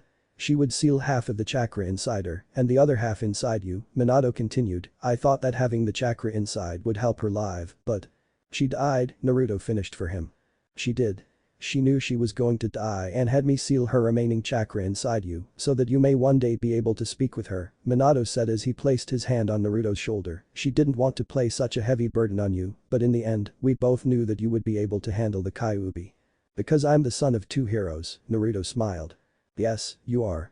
Your mother died with the second half of the Kyuubi inside her, but since she didn't have the soul of the Kyuubi, it will remain with her," Minato explained. "She loved you so much, Naruto. She had so much she wanted to teach you." "You loved her so much, didn't you too-san?" Naruto asked. "Yes, my son, I did. I loved her more than anything. She made me her husband, she made the Hokage, and she made me your father. I wouldn't be the man I am today without her. I wouldn't have you without her." Minato ruffled Naruto's hair again and smiled as tears ran down his face. "I think I would have loved her a lot," Naruto whispered. "I think so, too," Minato agreed. Naruto and Minato sat for a long time in silence. Naruto was taking in what his father had just told him, while Minato was trying to regain his composure after reliving those painful memories for the first time since that night. It was getting late as the sun was starting to set. The elder blonde took a deep breath. They both had a long day to prepare for tomorrow. Naruto had his first day as a genin, and Minato had to go to Suna to meet with the Kazekage. Minato could tell Naruto was in deep thought, and although he didn't want to disturb him, they had to go home. Minato was about to speak when Naruto interrupted him. "Do-san?" Naruto called. "Yes. You said you sealed the rest of mom's chakra into me so that I could speak with her one day," Naruto thought aloud. "I did," Minato nodded. "When do you think that will be?" Naruto asked. "To be honest, I am not exactly sure." Minato placed his hand on his chin as he thought, "but one day soon." "Oh, okay," Naruto nodded. "How about we go home?" Minato suggested. "We both have a long day tomorrow." Naruto nodded in agreement and then went to stand up. Minato wrapped his arm around his son as they headed towards home. Naruto didn't seem as afraid to go into the village as he did a few months earlier, for which Minato was grateful.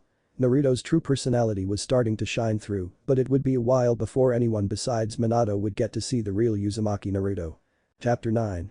The Forbidden Scroll and the Blue-Haired. Naruto walked beside his father with a newfound confidence. The young blonde was unsure where this self-assurance came from. Maybe it was the fact that he was a genin now. Maybe it was because he felt safe walking beside his father through the village. Maybe it was because he felt he didn't have to hide who he was. The gossip would spread like wildfire through the village. Naruto was so consumed in his thoughts that he didn't even acknowledge the glares he was getting. He paid no attention to the whispers.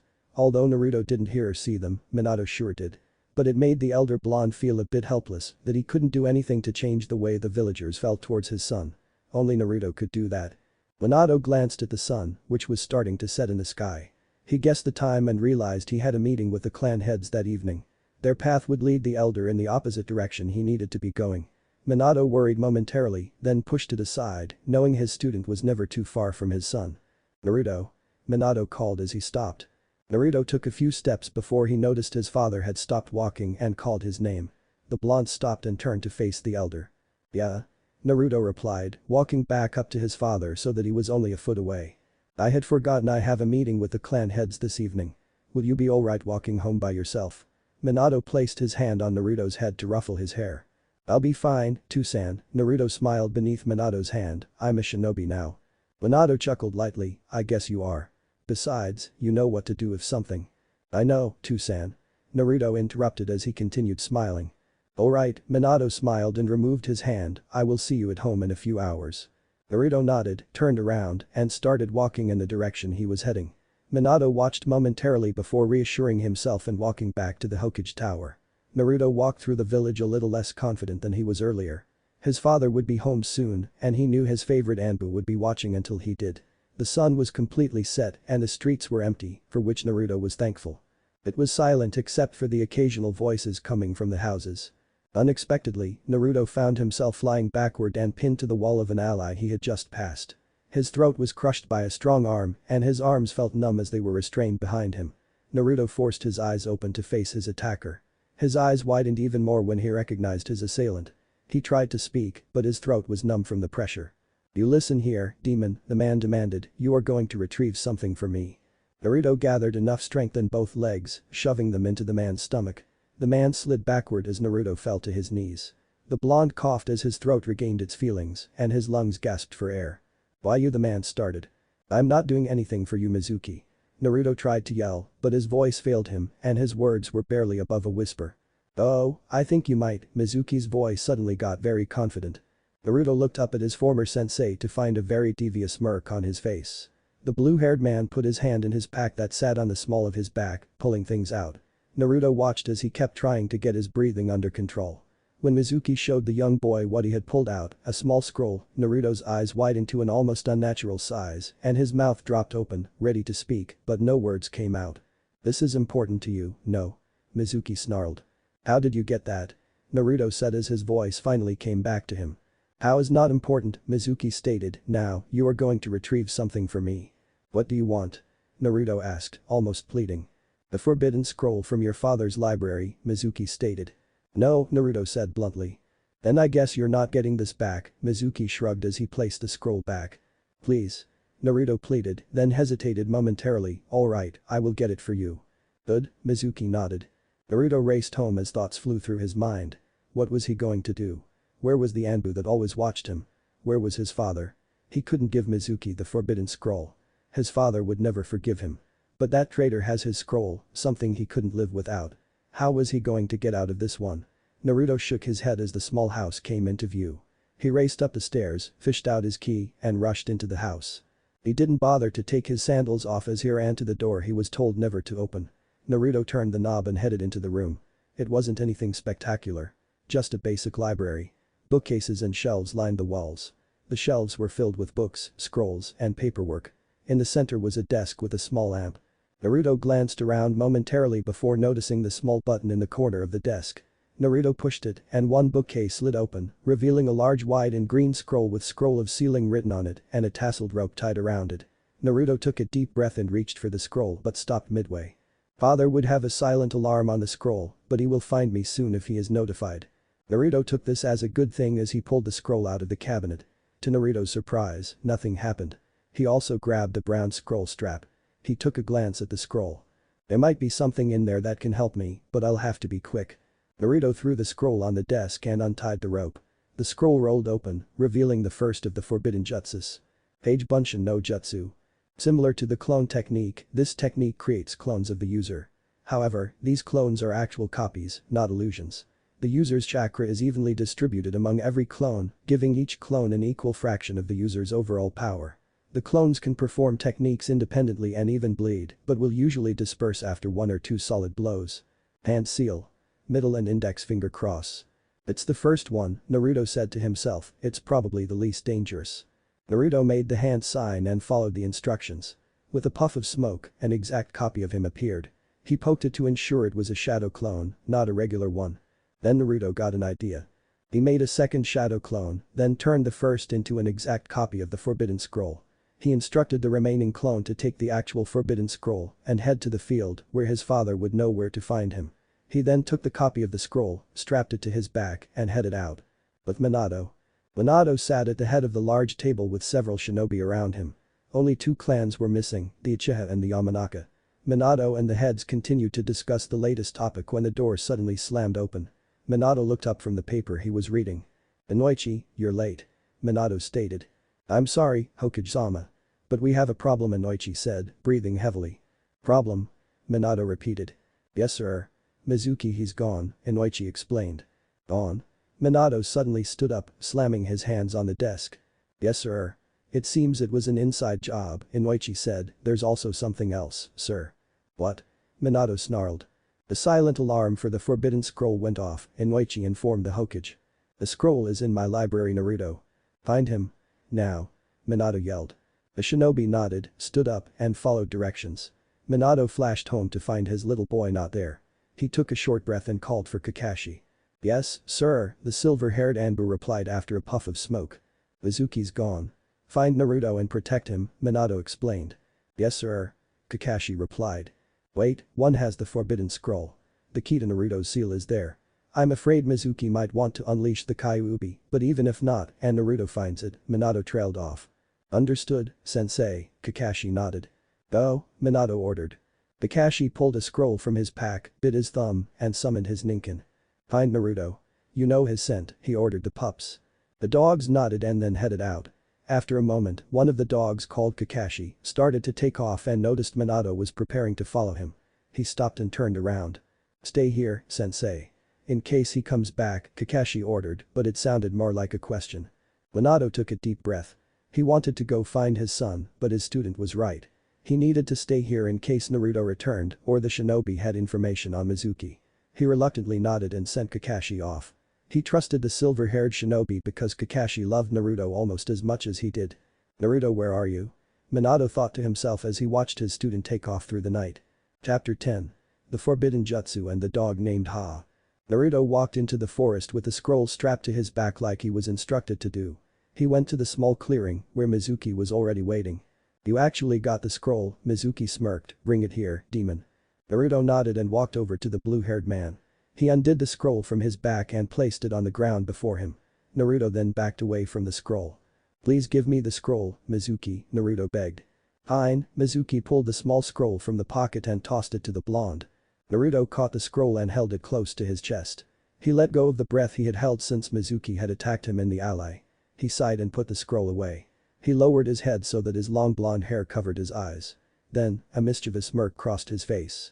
He crossed his first two fingers into an all-so-familiar sign and ended the jutsu. A split second later, as Mizuki reached to pick up the large scroll, it disappeared in a puff of smoke. "What the hell?" Mizuki yelled as he looked back at the blonde, who still had his eyes covered. "Hajikage Bunshin no Jutsu," the blonde whispered as he slowly lifted his head to reveal red slit eyes. Suddenly, 1,000 or more shadow clones surrounded Mizuki and the original Naruto. Kakashi flew through the trees as he followed one of his ninkin. Pakken led him into a forest on the far side of the village. "How much farther, Pakken?" Kakashi questioned without wavering his speed. "We're almost there," Pakken replied. Several moments later, Kakashi and Pakken landed without a sound in a small clearing in the forest. Kakashi's eyes widened behind his mask as he noticed the blue-haired shinobi lying face down on the ground and a young blonde-haired boy standing above him. Naruto looked over towards the young Anbu member as Kakashi realized the boy was dirty and his clothes were ripped, but he seemed completely unharmed. Naruto's eyes suddenly closed and he started to fall. Kakashi flashed over and caught the boy before he hit the ground. Kakashi looked at Mizuki and noted that he was still alive, but barely. He was about beaten to death. No jutsus were used, just basic taijutsu. He called for backup. The Anbu would know what to do with the traitor. Then it hit him. Where was the forbidden scroll? He looked down at the young boy in his arms and thought momentarily about asking Naruto, but he didn't want to disturb him. Kakashi carefully adjusted Naruto so he was on his back, piggyback style. Kakashi sighed, then dismissed Pakken and headed back to the village. Kakashi was flying through the trees at an alarming rate when he felt Naruto shift on his back. He turned his head and noticed that Naruto's eyes were slowly widening. "Hachi?" Naruto whispered before falling back asleep from chakra exhaustion. Kakashi smiled from behind his mask, remembering when he first met the young boy and the day he was named Hachi. Flashback. "What?" the young Anbu asked. "I said I want you to meet my son," Minato repeated, then turned around, "Jiraiya-sensei." Jiraiya walked around the corner holding a small child about 3 years old in his arms. The little one looked like a miniature version of the fourth. Kakashi blinked at the young blonde in surprise. "I didn't know you had a son," Kakashi said, "let alone one that is like 3. Minato chuckled as he reached for his son. "Yes, Kushina was pregnant, but we kept Naruto and Kushina's pregnancy from most of the village. I'm sorry we didn't tell you, Kakashi. But since you are Anbu, we thought it was best if you didn't know such sensitive information." Kakashi nodded. "I understand, sensei." "Good," Minato smiled, then turned to Naruto. "Would you like to meet one of my favorite students, Naruto?" The little boy giggled as he leaned forward to be face to face with the masked silver-haired Anbu. Naruto stopped laughing and looked at Kakashi with a serious face. Then, out of nowhere, Naruto poked the mask on Kakashi's face. "Hachi?" Naruto exclaimed. "Hachi?" Kakashi repeated. Naruto nodded in response. "I'm not Hachi. I'm Kakashi." Kakashi protested. "No. Hachi." Naruto pouted. Minato and Jiraiya both laughed at Kakashi's new nickname. "It's not funny, sensei." Kakashi said, still protesting, "Tell him my name is Kakashi." "Ah, come on, Kakashi. It's a cute nickname for you. Especially since your Anbu mask is a dog." Minato replied. But Kakashi started. "Come on, let him call you that," Minato laughed. Kakashi glared at his sensei and then finally replied, "Fine." In Minato's arms, Naruto giggled again, finally got down, and ran to the young adult. Naruto looked up at his future sensei and smiled. Kakashi couldn't help but return the smile with one of his own. Then flashback. Several hours later, Naruto was back safe at home, asleep in his bed from chakra exhaustion. Minato slowly closed the door to his son's room and placed several security seals around the room and the house. Although he thought they were unnecessary now that Mizuki was back in custody, he could never be too careful. Minato turned to face his student and try to understand what happened tonight. The elder blonde sighed and started walking towards the kitchen table, signaling Kakashi to follow. He motioned for the young Anbu to take the seat across from him. Kakashi did as he was told. Once both were seated, Minato took a deep breath and prepared himself, so, let's start from the beginning. What happened tonight? And how did we allow it to happen? We believe Mizuki escaped with the help of someone on the inside. We have yet to figure out who. But we will. He was tracking Naruto for some time, but could not find him until he sensed you. We cannot determine why he couldn't sense Naruto's chakra, but was able to sense yours, Kakashi explained. I placed a chakra suppression seal on Naruto. It keeps sensory types from finding him. For 2 reasons. The Kyuubi and he is my son, Minato explained. I see, Kakashi nodded. Once you left Naruto, he confronted him. When Itachi got from Naruto's memories, the Mizuki had a scroll that was of value to him and used it to get Naruto to retrieve the forbidden scroll. Kushina wrote that scroll for Naruto. It's the one thing she left for him, Minato explained in a voice so quiet it was almost a whisper. Oh, Kakashi replied, pausing momentarily. Naruto did as he was told, or so it seemed. Or so it seemed. Minato pushed. You aren't going to like what comes next, sensei, Kakashi replied. Just continue, Minato said. Kakashi took a deep breath. Naruto had every intention of giving Mizuki the forbidden scroll until he got an idea. An idea? Minato repeated. Kakashi explained how Naruto learned Kage Bunshin and Taj Kage Bunshin from the forbidden scroll. And how Naruto deceived Mizuki to get his mother's scroll back. Then it goes black, Kakashi finished. What? Minato asked. It goes black. There aren't any memories of what happened after Mizuki learned that Naruto didn't have the actual forbidden scroll, Kakashi explained. How does he not have any memories? Minato questioned.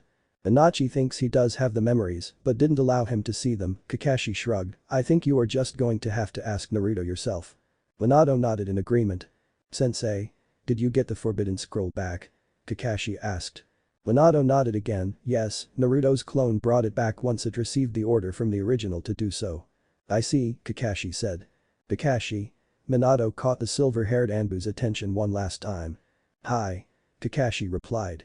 Why weren't you there to protect him? Minato questioned. I received a summon to the headquarters that was supposedly from you, but it turns out it was a fake, Kakashi explained, then hesitated a moment before continuing. It's my fault that Mizuki got to Naruto, sir. I should have known the summon was a fake. Minato was slightly shocked by the attachment in Kakashi's voice. It was rare for the man. The Hokage only nodded. He knew Kakashi would never leave Naruto unprotected unless it were for something of importance. A summon from the Hokage was quite important. You should get some sleep, Kakashi. You have a long day tomorrow as well, Minato smiled. I do, Kakashi agreed. I will see you later, sensei. I mean Hokage-sama. Kakashi stood and bowed to the Hokage before taking his leave. Minato followed and went to his room after checking on Naruto one last time. Kakashi made his way home. He decided to walk instead of taking the fast way off the rooftops like he normally does. It was late and the Anbu had several things on his mind. Like how he would be a Jonin leader for a Genin team tomorrow. Kakashi sighed and recalled when Minato-sensei asked him to be a Jonin leader. Flashback. Oh, Kakashi. You're here. Good, Minato said to the Anbu with the dog mask as the man stood in the center of the office. Minato put down his pen and then leaned back in his chair. Please remove your mask, Kakashi, Minato instructed. Kakashi did as he was told and pulled his mask to the side of his head. I have a favor to ask of you, Kakashi, Minato smiled. Yes, Hokage-sama. Kakashi replied. I want you to become a Jonin leader for a Genin team, Minato explained. Kakashi stood there momentarily, unsure that he had heard his sensei right. Then, when he realized that he was certain that that was what his sensei asked, he wasn't sure what to say. He can't say no to his sensei, let alone the Hokage. How was he supposed to reply?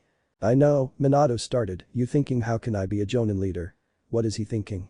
I can't say no to the Hokage. Well, I have several reasons why I want you to become a Jonin leader. Which is? Kakashi pushed. Minato reached into the bottom drawer of the left side of his desk and pulled out 3 files.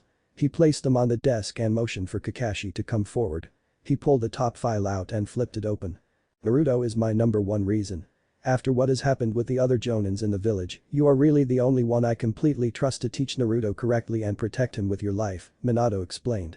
The second reason is Uchiha Sasuke, Minato sighed, then shook his head. After what Itachi did to the Uchiha clan, there isn't anyone left who can teach Sasuke how to use the Sharingan besides you.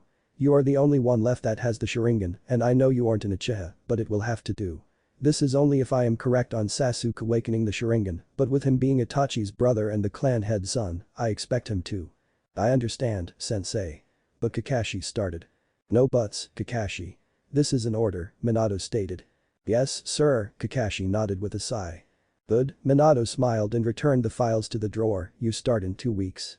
I will cut back on the most dangerous missions so I won't lose my son sensei. Understood, Kakashi nodded. Thank you, Minato smiled, you are dismissed.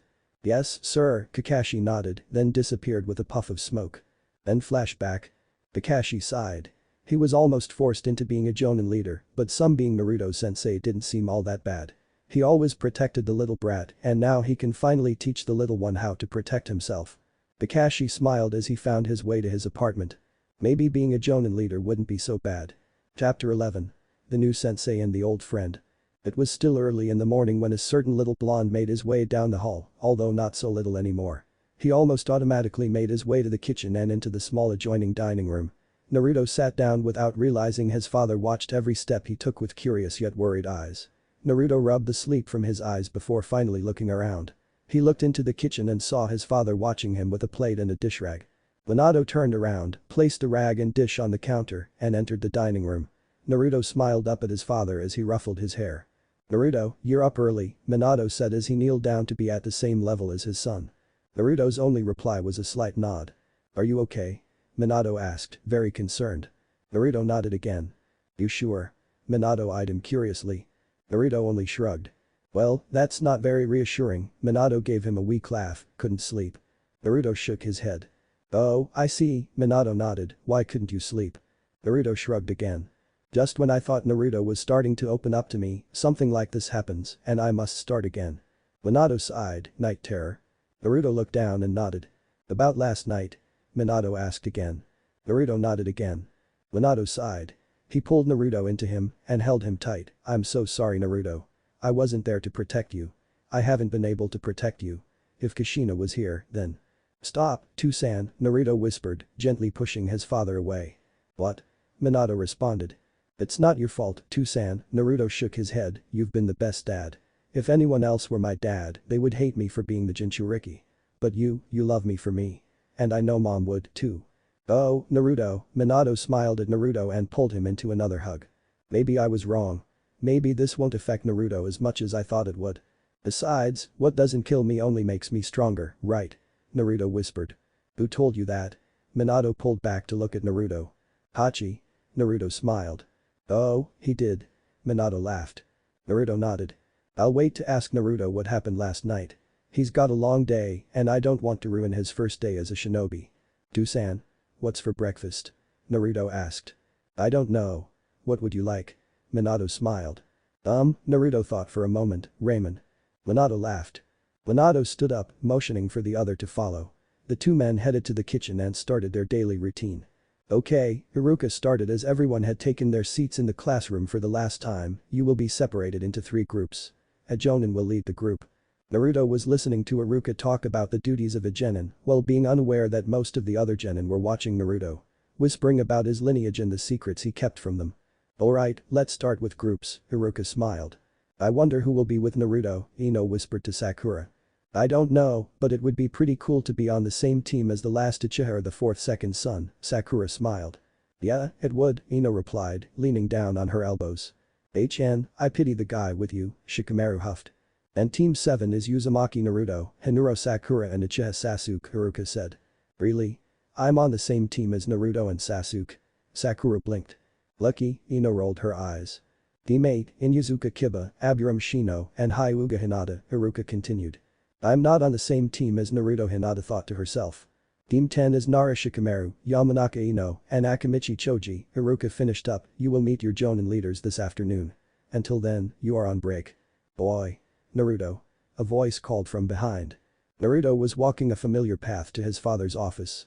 His hands were shoved in his pockets and his head hung just out of habit. When he heard the voice, Naruto stopped and turned around to find Shikamaru, Choji, and several others standing in a group. They seemed to be following him. Yay? Naruto replied without fully turning around. Where are you heading? Choji asked, munching on a bag of potato chips.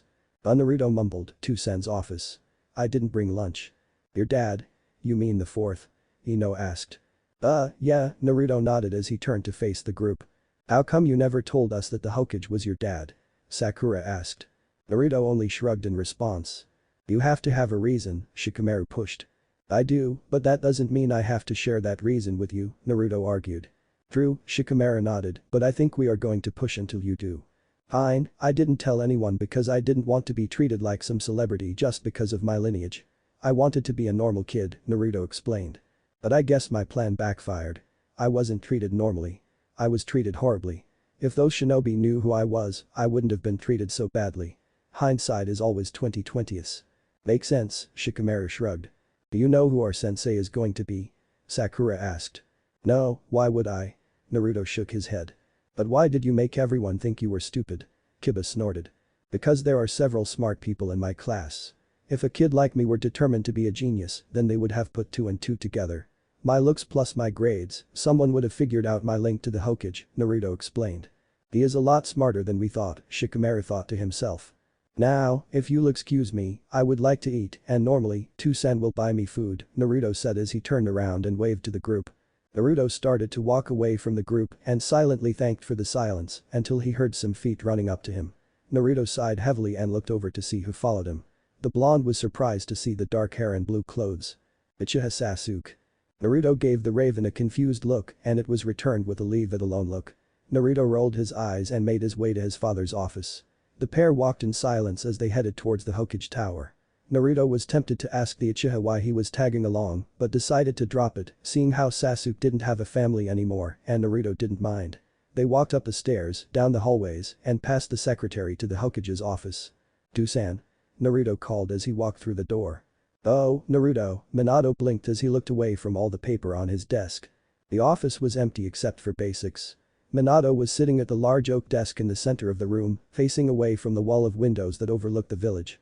There was a pile after pile of paper on the desk. Minato put the pen down and sat up. He then noticed that Naruto wasn't alone. I thought you were at the academy, Minato asked. I was, but we have an hour break and I didn't bring lunch again, Naruto explained. Oh, and you brought Sasuke with you? Minato motioned towards the raven standing by the door. Naruto shrugged, he tagged along. You know who I am, Hokage-sama? Sasuke asked. Minato chuckled lightly, of course. I know almost everyone in the village. Oh, Sasuke replied. Toussaint, can we go get lunch? Naruto asked. Naruto, I am swamped with paperwork. I can't get lunch right now, Minato sighed, I can give you money and then you and Sasuke can go get some ramen. I guess that's fine, Naruto shrugged. Okay, Minato nodded. Naruto strolled over and received the money from his father, then started heading out the door. Oh. Toussaint, Naruto asked, who is my sensei? Minato laughed, it's a surprise. Naruto pouted, then headed to one of his favorite places. The future rivals walked silently until they reached the ramen stand. They each sat down on one of the stools, not next to each other, placed their orders, and waited in silence to receive their lunch. It was strange for both boys to eat with another classmate. They both had been alone in the academy for some time and didn't know how to act exactly. So they remained silent.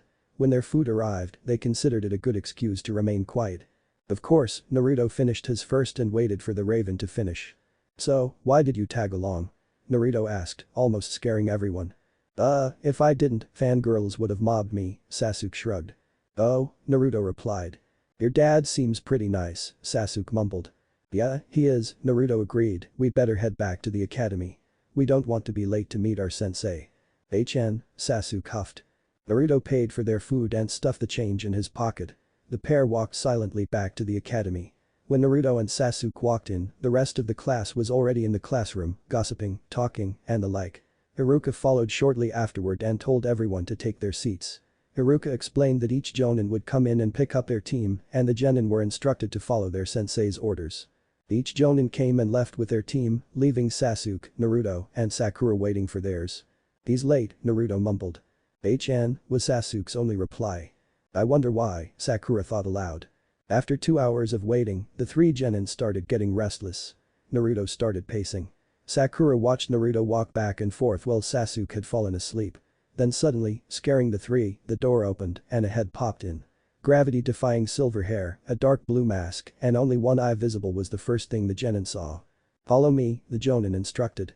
The genin did as they were told and followed the tall Jonin up the stairs to the academy's roof. The silver-haired man instructed the 3 to sit on the small steps as he leaned against the railing. Alright, let's introduce ourselves, the Jonin said. The three younger sat there momentarily before the older man thought he should start but hesitated to see what those three would do. He had their files, so he knew what he needed to know about each one. However, judging their skills versus their personalities was different. He knew the blonde extremely well, based on their past experiences, and he knew Sasuke from the psychological analysis done on him after the Uchiha massacre, but the pink-haired girl her knew nothing about, besides personality. "Sensei?" The Rosetta raised her hand. "Yes." The Jonin replied, jumping him from his thoughts. "Would we get to know something about you first?" Oh yes," the man nodded, "my name is Hada Kakashi. I have no desire to tell you my likes or dislikes, and as for my dream for the future Kakashi looked at each of the Genin's faces. He would have to drag it out of the you. "Blondie. Introduce yourself." Naruto looked at the man with a curious expression.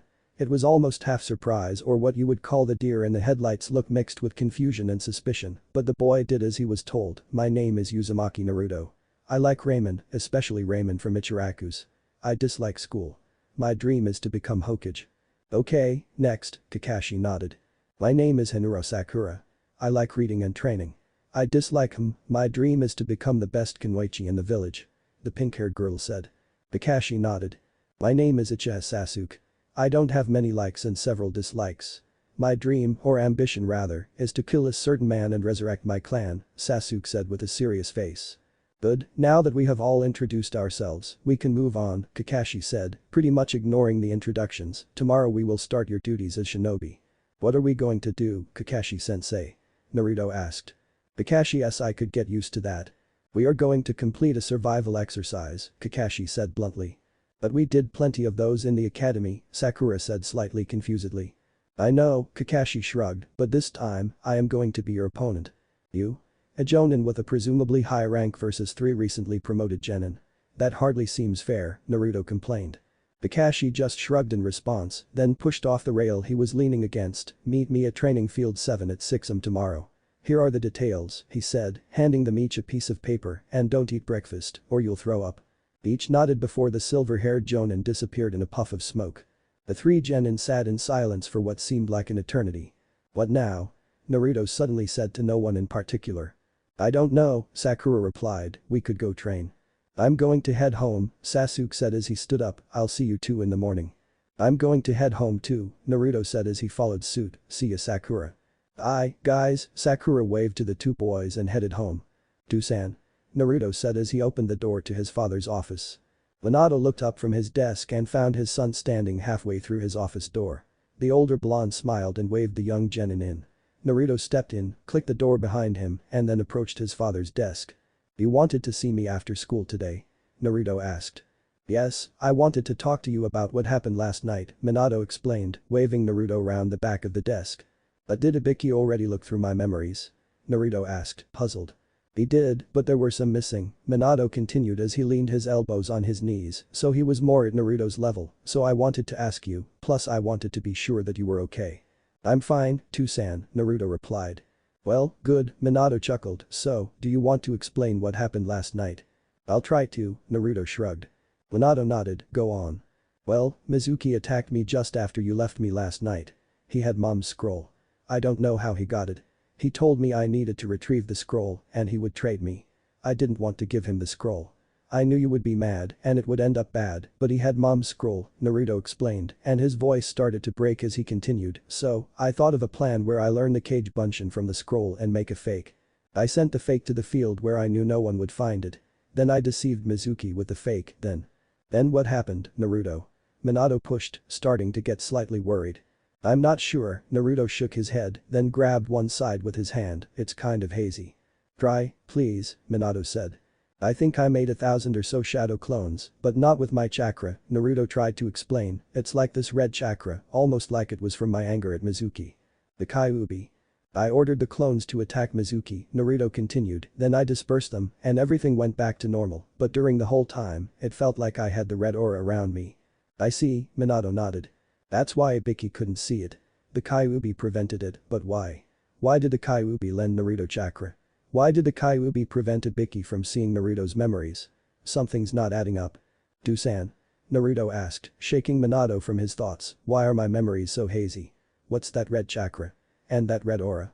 "Naruto," Minato started, "I think it was the Kyuubi's chakra." "The Kyuubi?" Naruto repeated, why would I use the Kyuubi's chakra?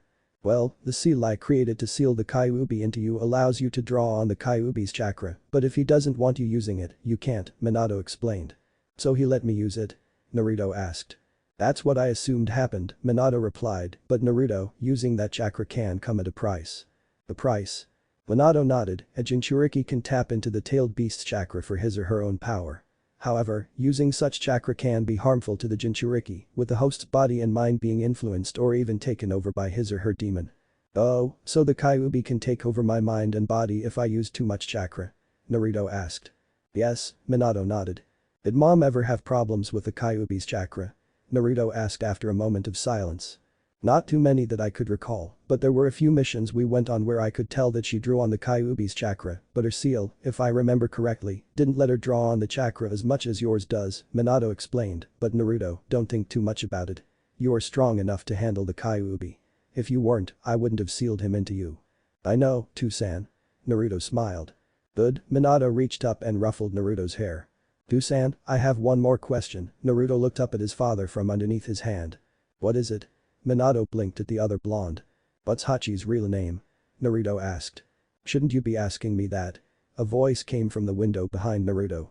Naruto turned around and looked at the man standing in the window, Hachi. Minato started chuckling behind his son as Naruto confronted the Anbu still sitting in the window. Naruto turned around to see why his father was laughing but turned back around. Kakashi-sensei? Naruto questioned. The Anbu laughed slightly and then his hand moved towards his mask. He removed it to reveal the slightly tilted hit I-8 and a blue mask distorting the lower half of the man's face. You're Kakashi-sensei. Naruto exclaimed, then turned to his father, why did you make Hachi my sensei, Too-san? Minato chuckled lightly, he's one of the only qualified people I trusted. Oh, Naruto replied, then walked over to where Kakashi was still perched on the window. Naruto motioned for him to come down to his height. Kakashi stepped down from the window and crouched in front of the blonde. What is Kakashi started, but before he could finish his sentence, a fist had collided with his face. Naruto. Minato shouted, jumping up from his chair. Ugh, Kakashi moaned as he grabbed his face. Where the hell were you? Naruto yelled, if you had been there, the whole thing with Mizuki would have never happened. I'm sorry, Naruto, Kakashi murmured as he looked up into those blue eyes that were becoming misty, I know I wasn't there to protect you. I was also deceived by Mizuki. It's not an excuse, and you are right. Nothing would have happened if I had been there. Please forgive me, Naruto. It's okay, Hachi, Naruto whispered, I forgive you. I was just angry. Sorry for punching you. Seems like it's becoming a habit, Minato mumbled. Naruto shot him a look, then turned back to his new sensei. Kakashi held Naruto's shoulder, it's alright. Naruto only nodded in response. I will teach you to the best of my ability, along with Sasuke and Sakura. I will protect you three with my life. I hope you know that, Kakashi said. I do, thanks, Hachi, Naruto smiled. You don't get to call me that, Kakashi said. What? Naruto replied, a little hurt. It's Kakashi-sensei to you, Kakashi replied. Aw man, Naruto pouted. Minato sat and watched his son and his student throughout this discussion. Seeing how much Naruto matured made him feel like a decent father. It brought joy to his heart, knowing that Kakashi seemed to love Naruto like a little brother. It was almost like he had two sons. Naruto looked up to Kakashi, and now that he was Naruto's sensei, the little blonde would be in good hands. Chapter 12. The Unexpected and the Totally Predicted. The door to Minato's office in the Hokage Tower creaked open and then slowly clicked shut. The blonde Hokage didn't look up because he knew precisely who had shuffled into his office. He chuckled softly as he heard a soft thud as the small couch in the corner gave way to the small 12-year-old boy who flopped down. He continued to be amused by the miniature version of himself as the said blonde groaned in pain. It continued to be silent in his office, aside from the sporadic grunts from the younger blonde. Then, when Minato finally looked up when the sound had ceased for a reasonable length of time, he noticed his son had fallen asleep in a strangely awkward position on the couch. Minato sighed, knowing he had two options as he looked at the clock. It was about time to go home. He could either wake Naruto up and never hear the end of it, or he could carry Naruto home, or he could flash home with Naruto. He was not above abusing the Hiraishin in such a way. Chuckling to himself, he stood up, gathered his belongings, and then strolled over to the sleeping genin. Minato kneeled and watched his son sleep for a few moments. These moments would not last much longer as Naruto grew up. A sweet expression on the elder's face slowly turned into a frown as he noticed that Naruto had never looked this peaceful. Being Konoha's Jinchuriki was surprisingly stressful for the young boy. He knew how hard it was on Kushina, but he had hoped Naruto wouldn't go through the same thing being the Yandame's son. He had hoped the village would see Naruto as a hero, a sacrifice being the next Jinchuriki, but that's not how the village saw him. They only saw him as a demon, a murderer. And there is nothing Minato could do to change that. Only Naruto would be able to change their minds. No law says the villagers couldn't have their own opinions. Naruto told him the villagers had never physically harmed him. Name-calling and empty threats aren't illegal, even if Minato wanted them to be. The shinobi who had hurt Naruto had already been punished. Naruto is going to have to prove himself to the villagers. But he knew Naruto could do precisely that. Minato sighed as he watched his son silently sleep. Then he wondered, if Naruto was going through this much, what kind of life would his son have if his wife had let him go through with his plan? Leaving Naruto an orphan? Would Kakashi or Jiraiya have stepped up? Would Tsunade or Sarutobi? Or would Naruto be alone? What kind of father would Naruto think he was, sealing the Kyuubi in him and then abandoning him? For the first time in a while, Minato could feel the guilt. The guilt for letting his wife die. The guilt for almost making his son an orphan. The guilt for making his son a Jinchuriki. Some father he was. He placed his hand on the side of Naruto's face, carefully ensuring he didn't wake him. How could he do such a thing to his son? Then it dawned on him. Because he knew Naruto was strong. The young blonde had already proven that to him several times. Naruto was strong, but he had a long way to go. Minato was going to make sure Naruto would get there. Maybe Naruto needed to get out of the village for a while. Get him away from the villagers for a few days. Minato took a deep breath. He would think about it for a while. He scooped up the younger and flashed home. Surprisingly, Naruto did not wake. Minato laid him on the couch outside the dining room. Minato headed to the kitchen and started making the one thing he knew Naruto would wake up for. Later on, Naruto heard noise from the kitchen, and upon waking up, the smell of homemade ramen filled his nose. Then it hit him. How did he get home? Shaking his head, Naruto scrambled to his feet and padded his way to the kitchen to find his father wearing the only thing that could make the flea-on-sight Yandame Hokage look like a girly wimp. The pink apron. "Do-san." Naruto mumbled, still groggy from his nap. "Oh, Naruto, you're up." Minato turned around and gave his son a weak smile. "Good, I'm just about done. Go sit at the table, and I'll bring a couple of bowls." Naruto nodded and dragged himself to the table, plopping down in the same seat he'd sat in for years. The young genin propped his elbows on the table and rested his head on his palms. His eyes were still closed. He heard the slight clatter of a bowl being placed in front of him after a few shuffled footsteps from the kitchen. Then, those same footsteps were heard heading to the opposite side of the table. Another soft clink of a bowl was placed on the table, followed by the scratching noise of wood sliding on wood as his father pulled the chair out, then again when he scooted the chair back in. He even felt the slight vibrations when the bowls were placed on the table. His ears twitched slightly when he heard his father pick a pair of chopsticks and when the small wood sticks clinked on the edge of the bowl. "You're getting good, Naruto." Minato smiled. "However, you're still using too much chakra to lengthen your senses. Even I can sense it, though I'm not a sensory type. Now, open your eyes and eat." Naruto smiled and did as he was told. He sat up, picked up his chopsticks, and started eating his favorite food. Minato and his son sat in silence, eating their dinner. Even though it was silent, they were both content. Naruto finished his food before his father did. Naruto sat his chopsticks down and folded his hands in his lap. He closed his eyes and stretched his chakra out. The cough from his father indicated that he was using way too much chakra. His father and sensei had told him he had an extreme amount of chakra. Kakashi even once said that Naruto's chakra pools were almost 4 times the amount of his. If he pushed too much of his chakra out, he could choke someone on the chakra. It was that potent. Naruto took a deep breath and tried to suppress his chakra without impairing the senses he was picking up. It was challenging. Naruto took another deep breath. He was picking up mostly sound from the drip from the kitchen sink to air blowing from the fan in his father's office. The slight clinking from his father's bowl to the wind blowing through the tall grass in the backyard. The smells he was picking up, well, that's another story. Everything from the smell of ramen from their dinner to the grass in the backyard and even a slight burning smell from the kitchen stood out. Then something stood out to Naruto. It wasn't a smell or sound. He couldn't pin it as a taste. It wasn't something he felt. Since his eyes were closed, it wasn't something he was seeing. So what was it? It was familiar, yet distant, like he couldn't reach it, even though it was right before him. He opened his eyes to find his father staring back at him with the same blue eyes. Was it? Minato's clear blue eyes suddenly turned dark. He was worried. Naruto smiled to clear the worry off his father's face. "I sense something, but I can't quite place what it is. I don't know how to explain it." "You sense something?" Minato smiled suspiciously, giving Naruto a feeling in the pit of his stomach. "Yes," Naruto said slowly, "it's weird. It's like it's familiar, but I can't reach it." I can't touch it, but it's right in front of me. The younger blonde shook his head in frustration. Minato slightly chuckled, startling Naruto, it's chakra. Chakra? Naruto repeated, how can I sense someone else's chakra? I'm not that advanced yet. Even you said you can only sense chakra when there's a lot of it. Minato continued smiling, simple, you've inherited Uzumaki sensory skills. Sensory? Yes, being a sensory type means you can sense others' chakra no matter the amount of chakra. It's probably why you can pick up my chakra even though I'm not flaring it, Minato explained.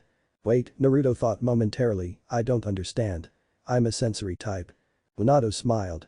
His son could be as dense as his wife, yes Naruto. You are a sensory type.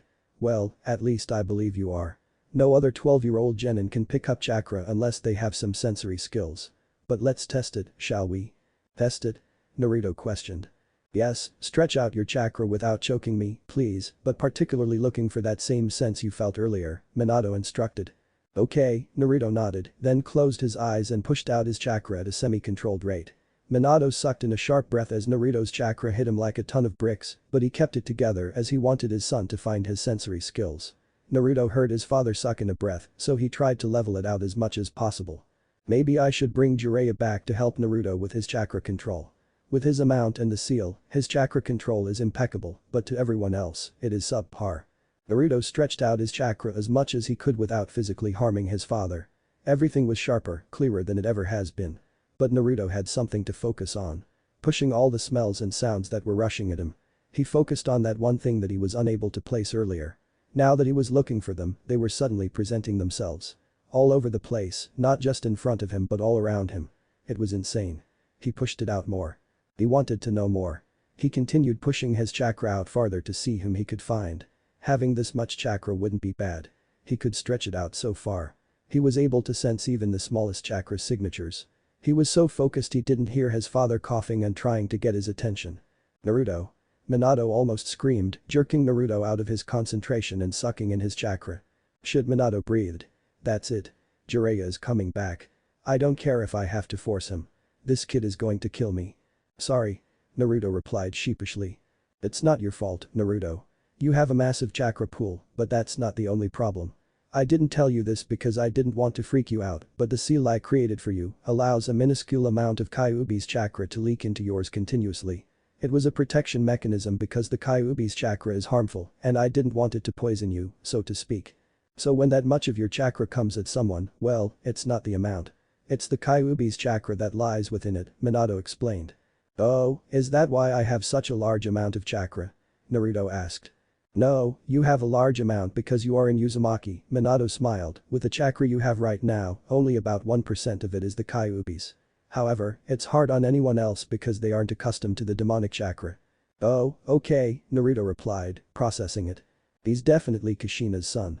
Anyways, let's not try that again until we help you increase your chakra control, Minato lightly laughed, but Naruto knew he was serious. What has Kakashi taught you about chakra control? Some, I guess, Naruto shrugged, we've learned tree climbing and started the basics of walking on water. However, it's not coming along very well. I see. Well, just keep at it. Chakra control comes from practice, Minato said, anyways, I have a proposition for you. What is it? Naruto asked. You know that trip to Suna that I said I was going on but pushed it back a few weeks? Minato asked, and when Naruto nodded, he continued, well, I am leaving in a few days and I would like you to accompany me. Really? I get to leave the village. Naruto stood up. Minato laughed, yes Naruto. As long as it is okay with your sensei. Naruto gave his father an are you kidding me? Look, really? What? Minato blinked. He's your student. Naruto complained. Minato scratched the back of his head sheepishly, and you're also the Hokage. Naruto continued. Okay. Minato replied.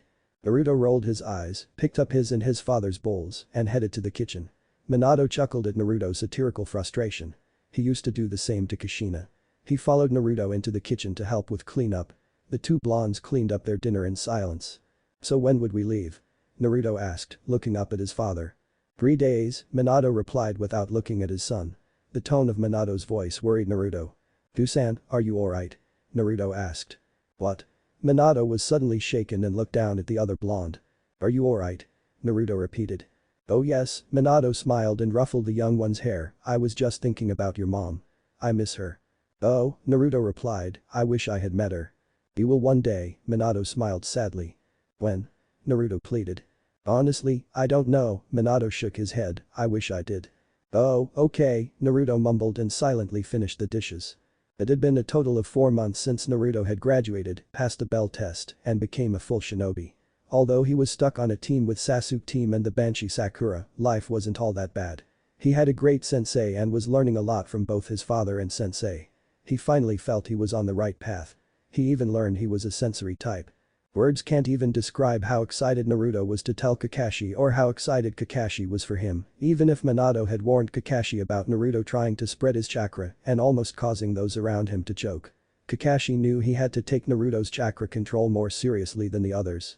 Naruto was preparing to leave for Suna soon after he received permission from his sensei.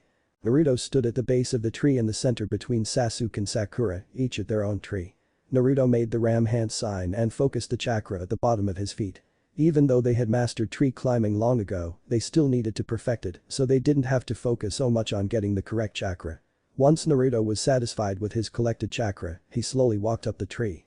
Naruto, you're focusing too much on the chakra in your feet, Kakashi offered, standing off leaning against the tree, semi-watching his students, and semi-reading that familiar orange book. It needs to become more natural, like you don't have to think about it. Yes, sensei. Naruto replied without missing a beat. Sakura, that's almost perfect. It's becoming more and more natural for you, Kakashi continued. Sasuke, same thing as Naruto. You are putting in too much effort. Although you can do it, it's taking too much of your attention. Yes, sensei, Sakura and Sasuke chimed. Once Naruto and his teammates had made it to the top of the tree for the 100th time that morning, Kakashi offered a break. The 4 members of Team 7 sat in a circle. Kakashi seemed to fall asleep, Naruto was stuffing his face, Sakura was eating quietly, and Sasuke was eating politely. The 4 stayed quiet until Sakura spoke up. Naruto, is it true you are going to Suna? Sakura asked, catching everyone's attention. Yeah, Tsusen offered to take me along, and since I've never been out of the village, I thought it would be cool if I went, Naruto shrugged. Well, that's cool, Sakura smiled, I wonder if you'd be able to meet the Kazekage. Sakura, you know about the cages? Kakashi asked. Yes, we learned a little bit about them in school. I was curious, so I went looking around, Sakura smiled as she explained to her sensei. I see, Kakashi nodded. Well, Tsusen did say it was a diplomatic mission, Naruto thought, maybe I will get to meet the Kazekage. I wonder if he is as scary as Tsusen can be. Probably, he is the Kazekage, Sasuke replied sarcastically. Naruto rolled his eyes and finished his lunch. Kakashi excused his team for Naruto to prepare for his trip to Suna in the morning. The silver-haired shinobi caught up with his favorite student on his way home. Kakashi-sensei. Naruto called as the man showed up next to him. Naruto, you know, the only reason I am letting you go to Suna is because Minato-sensei gave me permission to be one of the escorts for you and your father, Kakashi laughed. Really? So you're coming with us? What about Sasuke and Sakura? Naruto thought out loud. Those 2 might be joining Team 10 for a C-rank escort mission to the Land of Waves, Kakashi shrugged. What? Naruto yelled, I am missing our first C-rank mission. Calm down, Naruto, Kakashi rolled his eyes at one of Naruto's many outbursts, it's not 100% decided.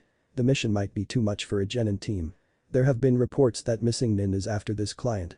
So we will probably send a group of Chunin with him instead. So those 2 will probably be joining Team 8 for reconnaissance training. Oh, good, Naruto smiled, but you are coming with us. Well, sort of, Kakashi scratched his head sheepishly, I'll be there but in the shadows. I'm going to be an Anbu escort. Oh, so I won't see you, Naruto pouted. Nope, not if I do my job right, Kakashi laughed. Plus, I think Minato-sensei wanted to use this trip as a father-son thing anyways, so I should stay out of the way. Oh, okay then, Naruto replied. He may teach you a new jutsu or 2, Kakashi hinted. Really? Naruto asked. Maybe. Kakashi shrugged. Like what? Naruto said with a much too excited voice. I don't know. Kakashi laughed, I don't even know if he is. I just told him he should. Oh, Naruto said slowly. I'm sure he'll teach you something, Kakashi said as he ruffled Naruto's hair. I hope so, Naruto smiled. Minato sat at his desk, finishing the paperwork for his trip to Suna tomorrow with Naruto. Although the flea on-site Hokage would never admit it, he felt like a giddy little kid about this trip. He and Naruto haven't been able to spend much time with each other due to time constraints. It would be 3 days there and 3 days back, and Minato was planning on using that time to get Naruto to open up to him more and maybe teach Naruto a thing or 2. Minato was shaken from his thoughts when a little green and yellow frog jumped up on the desk. Minato narrowed his eye at the little amphibian, then laughed, knowing Jiraiya had sent the little guy. Alright, give me the message, and you can go home, Minato chuckled at the little frog. However, said little frog opened its mouth and spit out a sealed scroll. Minato grabbed the scroll and waved at the frog, indicating it was excused. He made several hand signs and unsealed the scroll. It was indeed a message from Jiraiya. Aki. I will return to Konoha shortly to teach your brat a thing or two about chakra control and double-check his seal and wetn it. Give yourself credit. You created that damn thing in the first place. I'll be there shortly after you return from Suna. Keep your brat in line till then. The great Mount Myaboku sage. Jiraiya. Well, I guess I will just have to keep an eye on Naruto on our trip, Minato sighed. He had hoped he would accompany them on the trip and teach Naruto while they travel, as well as keep an eye on Naruto while he took care of the diplomatic business. Minato made a few hand signs and then flatly held his hand with the scroll on top. A few seconds later, the scroll caught fire and was destroyed. Having a fire affinity comes in handy when destroying documents as a Hokage. Minato furrowed his eyebrows and thought for a moment and then a grin came to his face. I guess that's what we can do while we travel, Minato chuckled lightly, then reached into one of the drawers in his desk and pulled out a few sheets of chakra paper. I wonder what affinity Naruto is. Kushina was water and fire, while I am fire, wind, and lightning. He could be any of those. Chapter 13. The Forest and the Weasel. Naruto. Minato Namikaze was a man of skill. He could kill men without them even realizing it. He could track down and take out a group of Kumo ninjas when he was only 12. Hell, he could even outrun the Raikage. But for the life of him, he could not get his son out of the house on time. Minato scowled as he stomped through the hallway towards his son's room. He was late as it is, and suddenly, he was second-guessing taking his son to Suna with him. Minato grabbed the door handle and swung the door open, revealing an empty room. Minato was taken aback by the empty room and started stretching out his chakra to find that chakra he knew so well. He slammed the door shut and stomped back to the kitchen, grabbed his pack, and headed to the front door. Once outside, he found his son, his son's chakra signature. However, the sight of the little blonde escaped him. Minato looked around and finally found the little blonde squatting on a nearby tree branch right about another familiar face. Minato opened his mouth to say something when he realized what his little one was about to do. Naruto had a devious look on his face, and the other's emotion was indiscernible due to the mask that was obscuring his face. Minato shut his mouth and chuckled. Might as well let his son have fun before they left. It would keep the chances of his playing pranks on his father lower. Besides, when does Naruto ever let his rambunctious side take over? So, he let his son have his fun. Kushina, you really do live on inside him. You would be proud. Naruto smiled then crouched down even further preparing himself to jump like a cat. Naruto sprang into action jumping off the branch to the one holding up the other shinobi. Minato watched in amusement as Naruto tried to outmaneuver the experienced Anbu with little success. The blue-clad shinobi spun around on the branch at the last second catching Naruto mid-fall, causing both to tumble down to the ground. But as experienced as the Anbu was, he spun in the air like a cat and landed on his feet holding Naruto like a log underneath his left arm. Naruto peeked open his eyes to see his father chuckling at him. Naruto, I'm an S-rank Anbu, and you are a young genin. Did you truly believe that would be successful? The masked man asked. Only a hum sound was returned. The masked man placed Naruto down on his feet, only for said blonde to cross his arms and grumble some inaudible and most likely inappropriate words. Are you two done fooling around? Minato asked, we are late as it is. Hi, Hokage-sama, the Anbu replied straightening up. Yeah, Naruto mumbled and grabbed his bag that was situated on the stairs leading down from the front door. Alright then, Minato sighed, let's head out. Do-san. Naruto called. Yes Naruto. Minato replied. It had been half a day since the duet had left the village. Naruto was surprisingly quiet most of the trip, which worried Minato. Minato could tell that Naruto was getting bored from just traveling, but he didn't want to show Naruto his affinity until tomorrow. So Naruto got the idea in his head that his father was going to teach him a new jutsu. How long does it take to get to Suna? Naruto asked. Minato glanced down at his son. He was expecting an "Are we there yet?" well about 3 days' time. Well, that's going to take forever, Naruto replied with an oh so familiar overly dramatic tone. Ah, there's Kushina's side showing itself again. Minato laughed, it won't take forever Naruto. Not if I give you something to work on to pass the time. Naruto stopped in his tracks as his eyes brightened, what is it? Minato stopped and turned around with an amused look on his face, well, I was going to see which chakra affinity you have, then have you start working on controlling it. But we have to keep walking or it really will take forever to get there. Minato continued to walk as he pulled a piece of chakra paper out of his bag and held it up to demonstrate it to Naruto. Each shinobi has a main chakra affinity of one of the 5 elements. Water, earth, fire, wind, or lighting. While you will have a main one, you can manipulate others as well through practice. Most by Jonin level can use 2, while a small number can have 3 or even 4. You can't have all 5. Naruto asked as they continued walking again. Technically, it's possible, Minato explained, to obtain 1, 2 or even 3 chakra natures takes years of practice.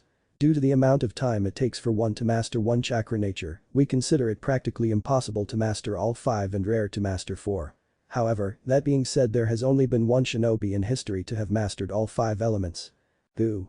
The sage of the 6 paths, Minato answered, stopping his son mid-sentence when he started to ask who that was while simultaneously handing his son the chakra paper. Now, my affinity is mainly fire, then several years later, wind. I can also use a bit of lightning. And a bit of water, but you don't need to know that, son. Your mother's was water then wind. Pour a small amount of your chakra into the paper. If you are water, it will become wet. Earth, it will crumple. Lighting, it will wrinkle. Fire, it will burn, and wind will cut it in half. Naruto did as he was told and pushed a small amount of his chakra into his piece of paper. Surprising both Minato and the younger, the paper was cut in half. Wind? Both blondes chimed at the same time. This took Minato back, but then remembered that the Namikas are known for having wind affinities. However, he thought Naruto would have had fire or water, since those run in both sides of the family. Minato chuckled slightly before snatching one side of the paper out of Naruto's hand. Wind, huh? Minato repeated. I have wind, but neither you nor mom had wind as your main one, is that possible? Naruto asked. Well, yes. It is possible for a child to not take after their parents' affinities if another affinity happens to run in their family. The Namikazes are known for having wind affinities as well as water, which is strange that I have neither. K's actually means wind, while Nami means waves. My father had mainly water and a slight wind. My mother was a clan-less shinobi who had a fire affinity, while her father had wind, leading to my own affinity being mainly fire, while I can manipulate lighting and wind. Your mother's clan, the Uzumaki, were known for having mainly water and earth, which is why your mother could use both. Understand? Minato tried to explain. I think so, Naruto nodded. Is one affinity stronger than another? No, each has their own weakness and their own strength. Balancing each other out, Minato replied. Really? Yes, fire for example is strong against wind, but weak against water, Minato tried to explain. There is a scroll back at home that will explain the strengths and weakness between chakra natures, as well as advanced types in Keki Genkai. Oh okay, Naruto nodded. Tusan. Yes. Is there a way I can find out if I have a second affinity? Well, no, Minato replied quickly, but then thought for a moment. I guess if you try to push chakra into these pieces that have your chakra already in them, then it may reveal another. You can try if you please. Naruto gave his father a large grin and pushed more of his chakra into the half piece of paper, and to everyone's surprise, the paper started to burn. Fire, Minato smiled, then ruffled his son's hair as they continued walking, just like me. So now that I know what chakra affinity I am, what are we going to do? Naruto asked with a little too much enthusiasm. Well, you need to learn how to manipulate wind chakra, Minato replied. However, because of your lack of chakra control, I'm worried you aren't going to be able to handle the wind chakra. So, for now, I want to work on your chakra control. Oh, come on, Tusan.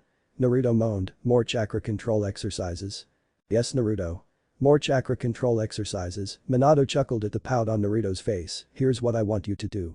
Since we are walking, I can't have you walk up a tree or walk on water, so I want you to use your chakra and try to hold a leaf to your forehead while paying attention to where you are walking. Understood? If he can master the leaf exercise, then I will begin to teach him the Rasengan. Moreover, I want to teach him the Rasengan before I want him to handle the wind chakra. Once he can master the Rasengan, I know he will be able to handle the wind chakra. Yes, Naruto mumbled and reluctantly picked up a leaf on the ground and did what he was told. At first, the leaf stuck, but seconds later, it fell. Naruto furrowed his eyebrows. This exercise was harder than his father let on. He picked up the leaf and tried again. Hours later, Naruto was still having difficulty keeping the leaf on his forehead. Too much chakra and the leaf would start to fall apart, however too little chakra and the leaf would just fall right off. Minato concentrated on traveling and his upcoming meeting with the Kazekage, but kept a watchful eye on his son, just in case. As the sun was about to set, Minato suggested they stop and set up a camp for the night. Normally, Minato wouldn't bother with a camp, but since Naruto was with him, he thought he should. Later on, the two blondes were sitting across from each other with a small fire in between them. Naruto was playing with a small stick in the fire while Minato was reading one of the scrolls he brought with him. Naruto took a deep breath and let out a loud sigh, making Minato look up at him with a concerned look. Naruto didn't return the look but continued to stare at the stick he had in the fire. "Do-san." Naruto mumbled just loud enough for Minato to acknowledge his title. "Yes." Minato replied as he continued to look over his scroll. "Did Ka-chan have trouble with chakra like me?" Naruto mumbled, still avoiding his father's gaze. "Actually, she did," Minato nodded. "Really?" Naruto stopped playing with the stick and looked up to meet those dazzling blues that mirrored his own, aside from the deep pain that seemed to resonate inside those orbs. "Yes, although the Kyuubi's chakra wasn't mixing with her own, she was still in Uzumaki," Minato replied with a sad smile on his face. Those dazzling blue eyes seemed darkened slightly at the memories of his late wife. Naruto saw this, but somehow the desire for more information about his mom pushed him to ask more. "What do you mean?" Naruto replied. What do you mean she was still in Uzumaki?" Naruto explained. "Well, Uzumakis aren't just known for their longevity. They are also known for their remarkably large pools of chakra." Minato chuckled, "those large amounts of chakra help with their sealing abilities. With more chakra, the larger their seals can be made. However, larger amounts of chakra make it harder to control. Which is why your mother had had time with chakra control like you." "Oh, but she did learn it. Over time and with lots of practice, her chakra control was one of the best I have seen. It allowed her to create very large and detailed seals. I believe she also learned small amounts of medical jutsu," Minato explained. "Was mom a sensory type like me?" No, I don't believe so," Minato shook his head. "Oh," Naruto replied. "I see a lot of your mom in you," Minato noted. "Really?" Naruto's eyes suddenly brightened. "Yes, aside from the hair, you look more and more like her every day. She was very rambunctious like you seem to be these days." Minato laughed, "They didn't call her the red hot habanero for nothing." "Red hot what?" Naruto tried to repeat. "The red hot habanero," Minato said, "that was the nickname given to your mom back in the academy." Why?" Naruto asked out of curiosity. Minato laughed, then grimaced at the memories of his young wife pummeling their classmate back in the academy. "You can ask her." Naruto gave his father a curious look, then shrugged it off. He would meet his mother one day soon. It was a day he couldn't wait for and often dreamed of what it would be like. "What about you? Did you have a nickname?" Minato laughed, "I didn't get my nickname till years later. But I am the Yellow Flash." "The Yellow Flash?" Naruto repeated, "Why that?" "Because of my speed," Minato replied. "Your speed?" Naruto asked. Minato raised an eyebrow at his son. Did he not know how fast his father was? "Yes," Minato nodded, "haven't you ever seen me use the Hiraishin?" No." Naruto replied quickly, "Wait, is that the thing with those weird kunai?" Minato laughed again, "Yes, that, Naruto." "Is that why you are named the Yellow Flash?" "Yes, that's why," Minato nodded. "Oh." Naruto exclaimed as if a light bulb went off in his head, then whispered to himself, "The Yellow Flash and the Red Hot Habanero. Speed and strength. I'm going to surpass them both." Although Naruto didn't know, his father did hear that last sentence. Minato eyed his son fondly and prayed that one day he would surpass both his parents in both speed and strength. After all, each generation is supposed to be stronger than the last. Minato smiled at his young son, "Let's get to bed, Naruto. We have a lot of walking to do in the morning." "Okay," Naruto gave his dad a quick nod and then the two blondes headed off to bed. "Dusan. It's not working." Naruto exclaimed, frustrated with the leaf still not sticking to his forehead properly. "Well, it won't work with only a day of practice. It took your mom years to perfect her chakra control," Minato replied calmly, as if his thoughts were elsewhere. "Years?" Naruto replied. "Yes, years," Minato nodded as the two blondes continued to walk toward Suna. Naruto was getting frustrated and bored with the leaf exercise, and Minato knew he would have to do something, or he would have a very rambunctious genin on his hands. The two were only a day away from Suna. They had been walking for well over half a day, and they would arrive this time tomorrow afternoon. Minato sighed at the thought of dealing with a hyperactive Naruto for another day. Lost in his thoughts of what to do with Naruto, he missed the sense of another chakra nearby. Jolting Minato from his thoughts and Naruto from his exercise, the two blondes were suddenly surrounded by 6 Anbu. Instinctively, Minato pulled his son closer to him. "What is it?" Minato probed his subordinates. "Did you not sense that chakra, sensei?" replied one of the Anbu with his back facing the blonde Hokage. Minato stretched his chakra as thin as it would go to find the unwanted visitor. Then he found it and he knew exactly who it was. Minato whirled around, pushing Naruto behind him as he made eye contact with the red Sharingan he knew well. "Kakashi, take Naruto and your team and go," Minato ordered, "I will deal with this." "But..." "Oh." Minato barked the order once again. Kakashi, doing as he is told, grabbed Naruto around the waist. "Kusan," Naruto called out. "I will meet up with you soon, Naruto," Minato reassured his son with one of his legendary smiles, although with a worried look on Naruto's face, it seemed his reassurance didn't work. Kakashi, along with Naruto and the other members of his escort team, took off in the direction of Suna. Using his chakra, Minato ensured they were well enough away from him before calling the Uchiha out. "Itachi," Minato called as he turned around to face where he had seen those red eyes, "you can come out now." Okage-sama. Itachi nodded in respect as he stepped into view. "Itachi, I thought we were going to wait until after I returned from Suna to meet up, right?" Minato asked in a demanding voice. "Yes, sir, however, I came to warn you," Itachi replied bluntly. "Warn me?" Minato asked. "May I?" Itachi questioned. Knowing what Itachi wanted, Minato gave a quick nod before he heard Itachi state something and was sucked into some sort of genjutsu. "What is this called again?" Minato asked once he regained his composure. "Tsukiyomi," Itachi replied. Minato and Itachi stood in a parallel universe with considerable differences. The red moon casts a red light throughout the illusion with a cloudy atmosphere, giving the background a blood-red appearance, while the rest within the illusion is depicted in an inverted grayscale. It seemed to Minato that inside this illusion Itachi created, a considerable amount of time passed, but time on the outside seemed to stand still. This place Itachi created was the only way the two could speak without interruption or eavesdropping. They could also speak for any length of time without worry. "What did you mean you came to warn me?" Minato demanded. "The Akatsuki are moving earlier than I anticipated," Itachi replied. "Explain." "Yesterday afternoon, our leader called a meeting and gave out assignments. Each member was assigned a tailed beast to capture, most correlated to the village to which we were affiliated," Itachi explained. "I thought they were waiting to obtain the tailed beasts, seeing as the three tails has still not been revived after the passing of the Yonde Mizukage." Minato pinched in the bridge of his nose. "They were, however, something pushed Pain-sama to take action. The tailed beasts will be collected and sealed in order, starting with the Ichibi," Itachi continued. "The Ichibi is located in Suna," Minato confirmed with a slightly angry expression, unsurprisingly due to currently heading in that direction. "Yes. Sasori and Deidara are headed there as we speak to obtain the beast," Itachi warned. "They will wait to obtain Naruto, seeing as he is the last and strongest of the collection. However, that being said, if the opportunity presents itself to capture more than one, even if we aren't ready to seal it, they will take the advantage." "I see," Minato nodded. "You said the tailed beasts were assigned in order of villages. Does that mean?" "Yes, Naruto is my target," Itachi confirmed, "and he will be the last one to be obtained, and unfortunately, I cannot give you an estimated time.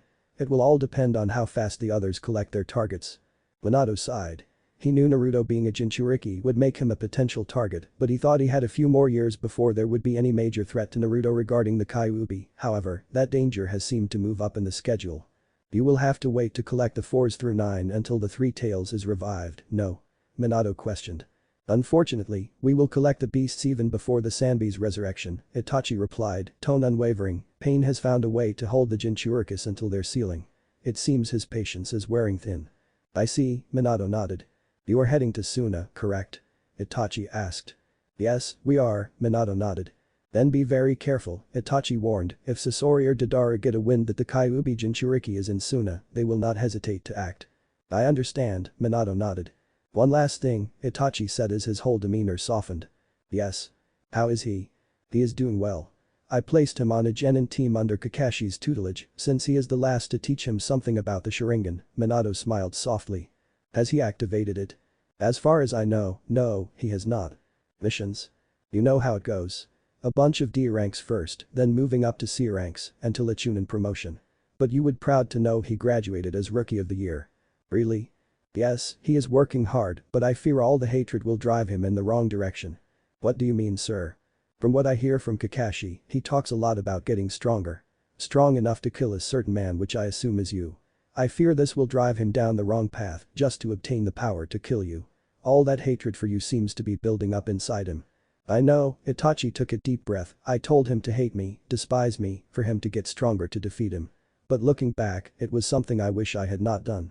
I do want him to kill me. I want to pay for my sins by the hand of another Uchiha, but I suppose I came at it from the wrong direction." "I suppose so. However, we cannot change the past, and only he has the power to change the path he is headed down. I can only hope he chooses the right one." "You are right, Hokage-sama," Itachi nodded. "Thank you, Itachi, for warning me about the Akatsuki," Minato nodded in return. Itachi bowed before the Hokage before releasing the Jinjutsu and bringing both back to reality. The mental exhaustion caused Minato to drop down to his knees, only to glance up in time to watch Itachi walk away.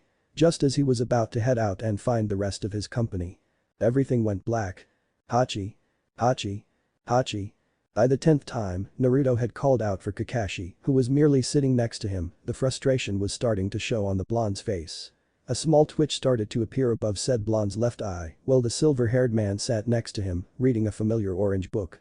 Naruto's expression suddenly calmed, then turned to an annoyed expression. "Sensei," Naruto called sarcastically. "Oh? Naruto, did you say something?" Kakashi looked up from his book with an innocent expression on his face. Naruto breathed out a heavy sigh in frustration.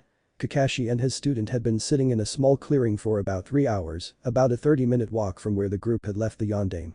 Although Kakashi wouldn't show his worry for the eldest Namikaze due to the risk of upsetting the youngest Namikaze, it steadily increased as time passed, agonizingly slow.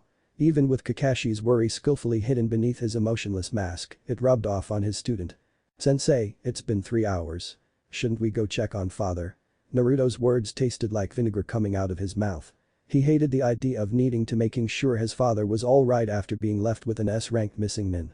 Attempting to disguise his worry, Kakashi looked up into the sky with a placid expression to double-check the time based on the sun's position. "I suppose it has been quite a while since we left Minato-sensei. It may be a good idea to check on him." Naruto gave a quick nod in acceptance to his teacher's reply, only to have his hopes smashed a moment later. "I will send Cat and Hawk to check on the Hokage while you and I remain here," Kakashi explained, throwing a gesture to nowhere, signaling the hidden Anbu to find the Hokage. "What?" Naruto threw his hands up as his frustration with the silver-haired man continued.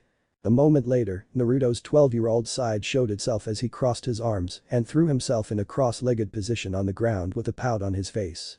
Kakashi inwardly chuckled at the response of the young one, only to mentally make a note to teach Naruto to control his emotions while out on a mission. For some reason, he got a sneaky suspicion that it would be harder than normal. As the silence was eating away at Naruto, Kakashi, acting as if he could care less by reading his porno book, was going over the scene from the last time they saw the Hokage. Why had Minato requested to deal with the clan exterminator alone? Why was that man even here? Minato was smart enough to know you don't deal with a Jinjutsu genius alone. So, what was really going on? What were those two men really doing? Was Itachi here to try to obtain Naruto for the Kyuubi, and is that why he had the Anbu take Naruto and run?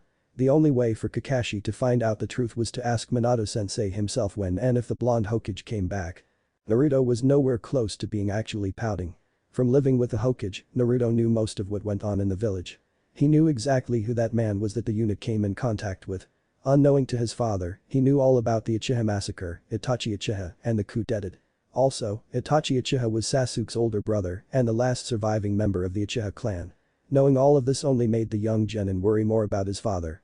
A man who could slay his entire clan, the Uchiha clan at that, was exceedingly dangerous. Aside from being physically strong, he knew Itachi was a Jinjutsu genius and you should never take on a Jinjutsu alone. There were only 2 ways to break a Jinjutsu. One was to release it yourself by stopping your flow of chakra, but that only works on low-level Jinjutsu. While the other was to have someone else pour his or her chakra into you, releasing the illusion.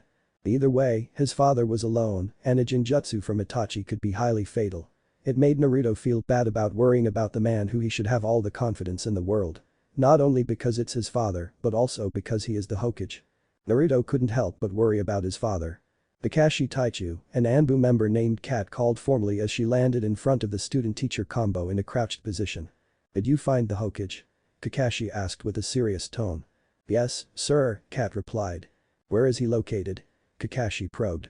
"He is currently with Hawk and 3 more members that were called as backup at the location we left him at," Kat explained. "Very well. Is he suitable to travel?" "Sir, you should come to see for yourself," Kat hesitated momentarily before responding. Kakashi glanced over at the young Jonin to ensure he was alright. However, the obvious expression of concern covered the boy's face to the point that Kakashi worried about what Naruto might do. Then Kakashi's worst fear came true. Naruto bolted. "Naruto, wait." Kakashi called, then cursed under his breath and followed suit. Naruto ran as fast as he could, while simultaneously stretching out his chakra to find his father. Once he found the familiar sense, he retracted the chakra, remembering the last time he almost choked his father with a potent chakra. Naruto remembered his father instructing him once to push chakra into his feet to boost his speed if needed. He did exactly that. Surprisingly, his rate almost tripled. Several minutes later, Naruto reached the small clearing where their unit had previously left his father. His heart stopped. Minato was flat out in the center, surrounded by 4 Anbu members, 2 keeping watch, while the other 2 kneeled beside him. "Dusan." Naruto cried as he saw his father was out cold. Kakashi reached Naruto a moment later. "Hawk, come restrain Naruto." Hawk flashed over to the young blonde and restrained him as he was told. Kakashi raced over to his sensei. Minato was out cold, but there was no physical damage. Whatever Itachi did, it was mental. For the first time, Naruto saw Kakashi lift his hit eye to reveal a red eye. Naruto stopped struggling against this man called Hawk and watched in awe. Kakashi forcibly opened Minato's eyes to pull him into a genjutsu, hoping to break whatever spell Itachi had put the young Hokage under. Nothing surprised Kakashi, as this has happened before. However, Minato would never give him any details. It was always classified however, the small genjutsu would break the spell Minato was under. Unknown to Kakashi, Itachi made it so the mental damage inflicted on the Hokage would be fixed by a counter Sharingan jutsu. The eldest Uchiha knew Kakashi, the student and loyal subordinate, had the Sharingan could break the illusion. Not a moment later, Kakashi released Minato and unwillingly patiently waited. The patience paid off when Minato's eyes fluttered open. Kakashi held out his hand with a smirk and pulled Minato up into a sitting position.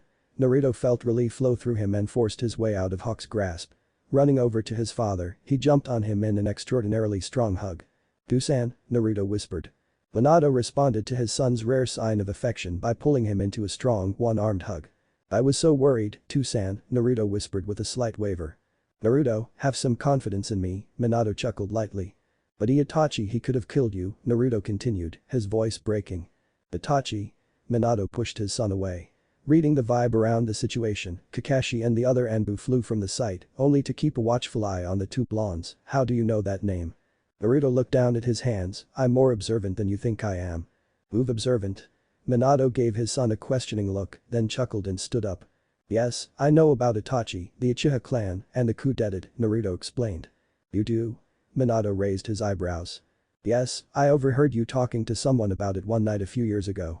I wanted to know more, so I went searching and found some scrolls about it in your office," Naruto explained sheepishly. "Naruto," Minato paused. He didn't want his son to think he shouldn't be observant, since it was a trait every shinobi should have. However, there is some information too sensitive for a young genin like him. "How much do you know?" Naruto looked up with a confused yet smug look. "Dusan, it would be easier to tell you what I don't know." Minato took a deep breath and sighed heavily. "You know a lot, huh? How have you been able to get past my seals?" Naruto shrugged. "I don't know exactly. The first time I tried to open one of your seals, I just pushed some chakra through it and it opened. Since then, that's what I have been doing." "That's all? No hand signs? Chants? Nothing?" Minato replied, taken back by Naruto's answer. "Nope," Naruto shook his head. "Okay, well, when we get back to the village, I will investigate this further." Minato leaned down, putting his hands on his knees to steady himself, putting his face even with his son's. "I'll make this clear. Do not go in my office without permission again, and that includes any and all of my scrolls. Do you understand?" "Yes, sir," Naruto nodded. "And Naruto, how come if you know so much, why do you act as if you don't?" Minato asked as he stood back up. Naruto opened his mouth in surprise. Naruto Minato warned. "Okay," Naruto sighed, "I don't let anyone know." "And? Why not?" Naruto shrugged, avoiding eye contact. "Well, there has to be a reason, and you need to tell me." "Now," Minato demanded, as he was tired of being surprised by Naruto and his actions. Naruto stared at the ground. "This might have something to do with why no one knew Naruto was my son. Is he purposely hiding his lineage?" Minato waited a moment longer before speaking up. "Naruto, you need to tell me. Does this have anything to do with why many shinobi and villagers didn't know I had a son, let alone that you are my son?" Naruto looked up at his father with an expression that told Minato he hit the nail right on the head, and then Naruto nodded, "Yes." "Are you hiding your lineage? Are you hiding the fact that I am your father?" Minato questioned. The only answer Minato received was a slight nod. Minato expected to feel anger, but what he felt was pain. His heart ached, knowing his son was hiding the fact that he was his father. Was Naruto ashamed of him? Was there something he did? When he heard that those shinobi didn't know Naruto was his son, he thought it was because he was too protective of Naruto. Hiding him from the public too much. Not being seen outside of the house with Naruto. But in the end, Naruto was doing it on purpose. "Naruto, Minato stumbled with his words. Have I done something to make you ashamed of me? I thought you would be proud of me since I was the Hokage. Proud to have me as a father. What do I say? He can't know the truth. That's not it.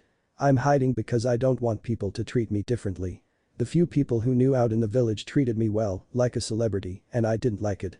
I just wanted to be normal, Naruto explained, but with the Kyuubi, I'm the farthest thing from normal. But Naruto, if those shinobi knew I was your father, they wouldn't have treated you that way. Minato exclaimed. I know, Naruto replied quietly. If you knew then why?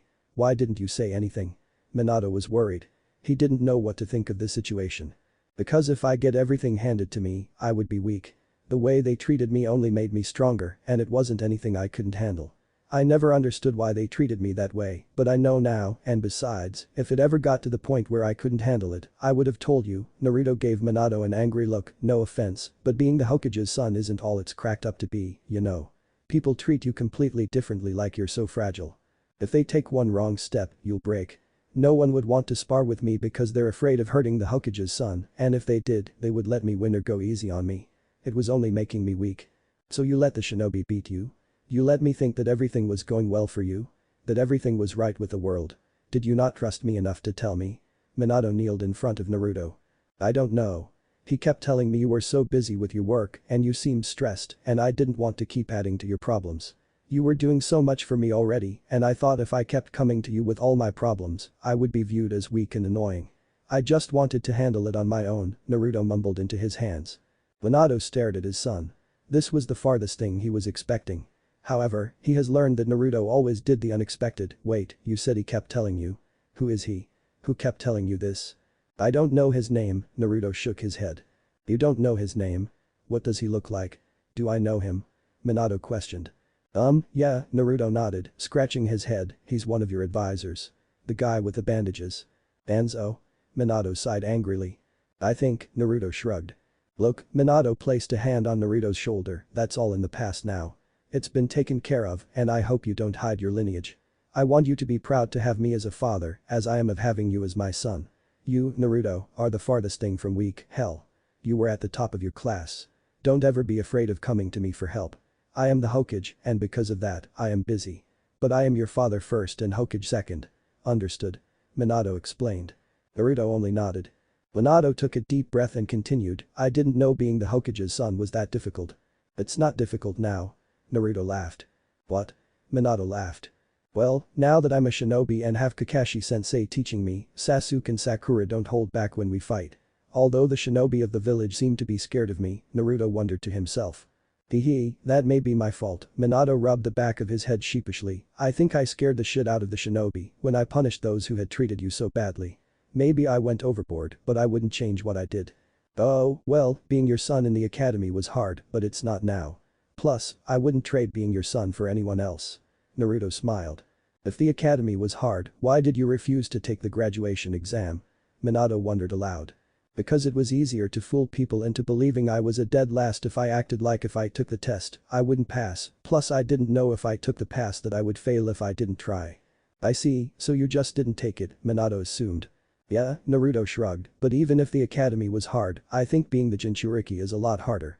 Well, it's as you said, it only makes you stronger, and I wouldn't trust anyone else with that fox other than you. Minato returned that smile with one of his own, then stood up, Naruto, don't be afraid to come to me for help, no matter what anyone else says, okay?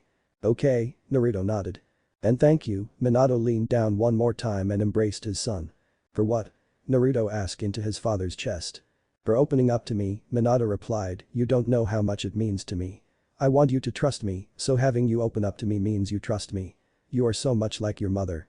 You are stubborn and brash, but you are caring and smart. However, you need to learn to trust others who care about you. You have something about you that makes people want to believe in you and others. Not everyone will treat you badly or treat you like you're fragile. Know that. Okay, Tsu-san, I will try, Naruto replied. Shall we head out?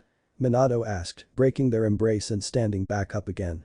Naruto nodded and followed Minato's lead, turning to where they had been previously headed. Oh, Naruto. Minato said. Yay? Don't listen to Danzo anymore, Minato said bluntly. I'll take care of that man when I return.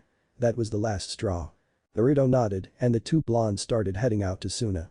They were late. Minato may have to speed things up a bit if they will make it to Suna by tomorrow afternoon.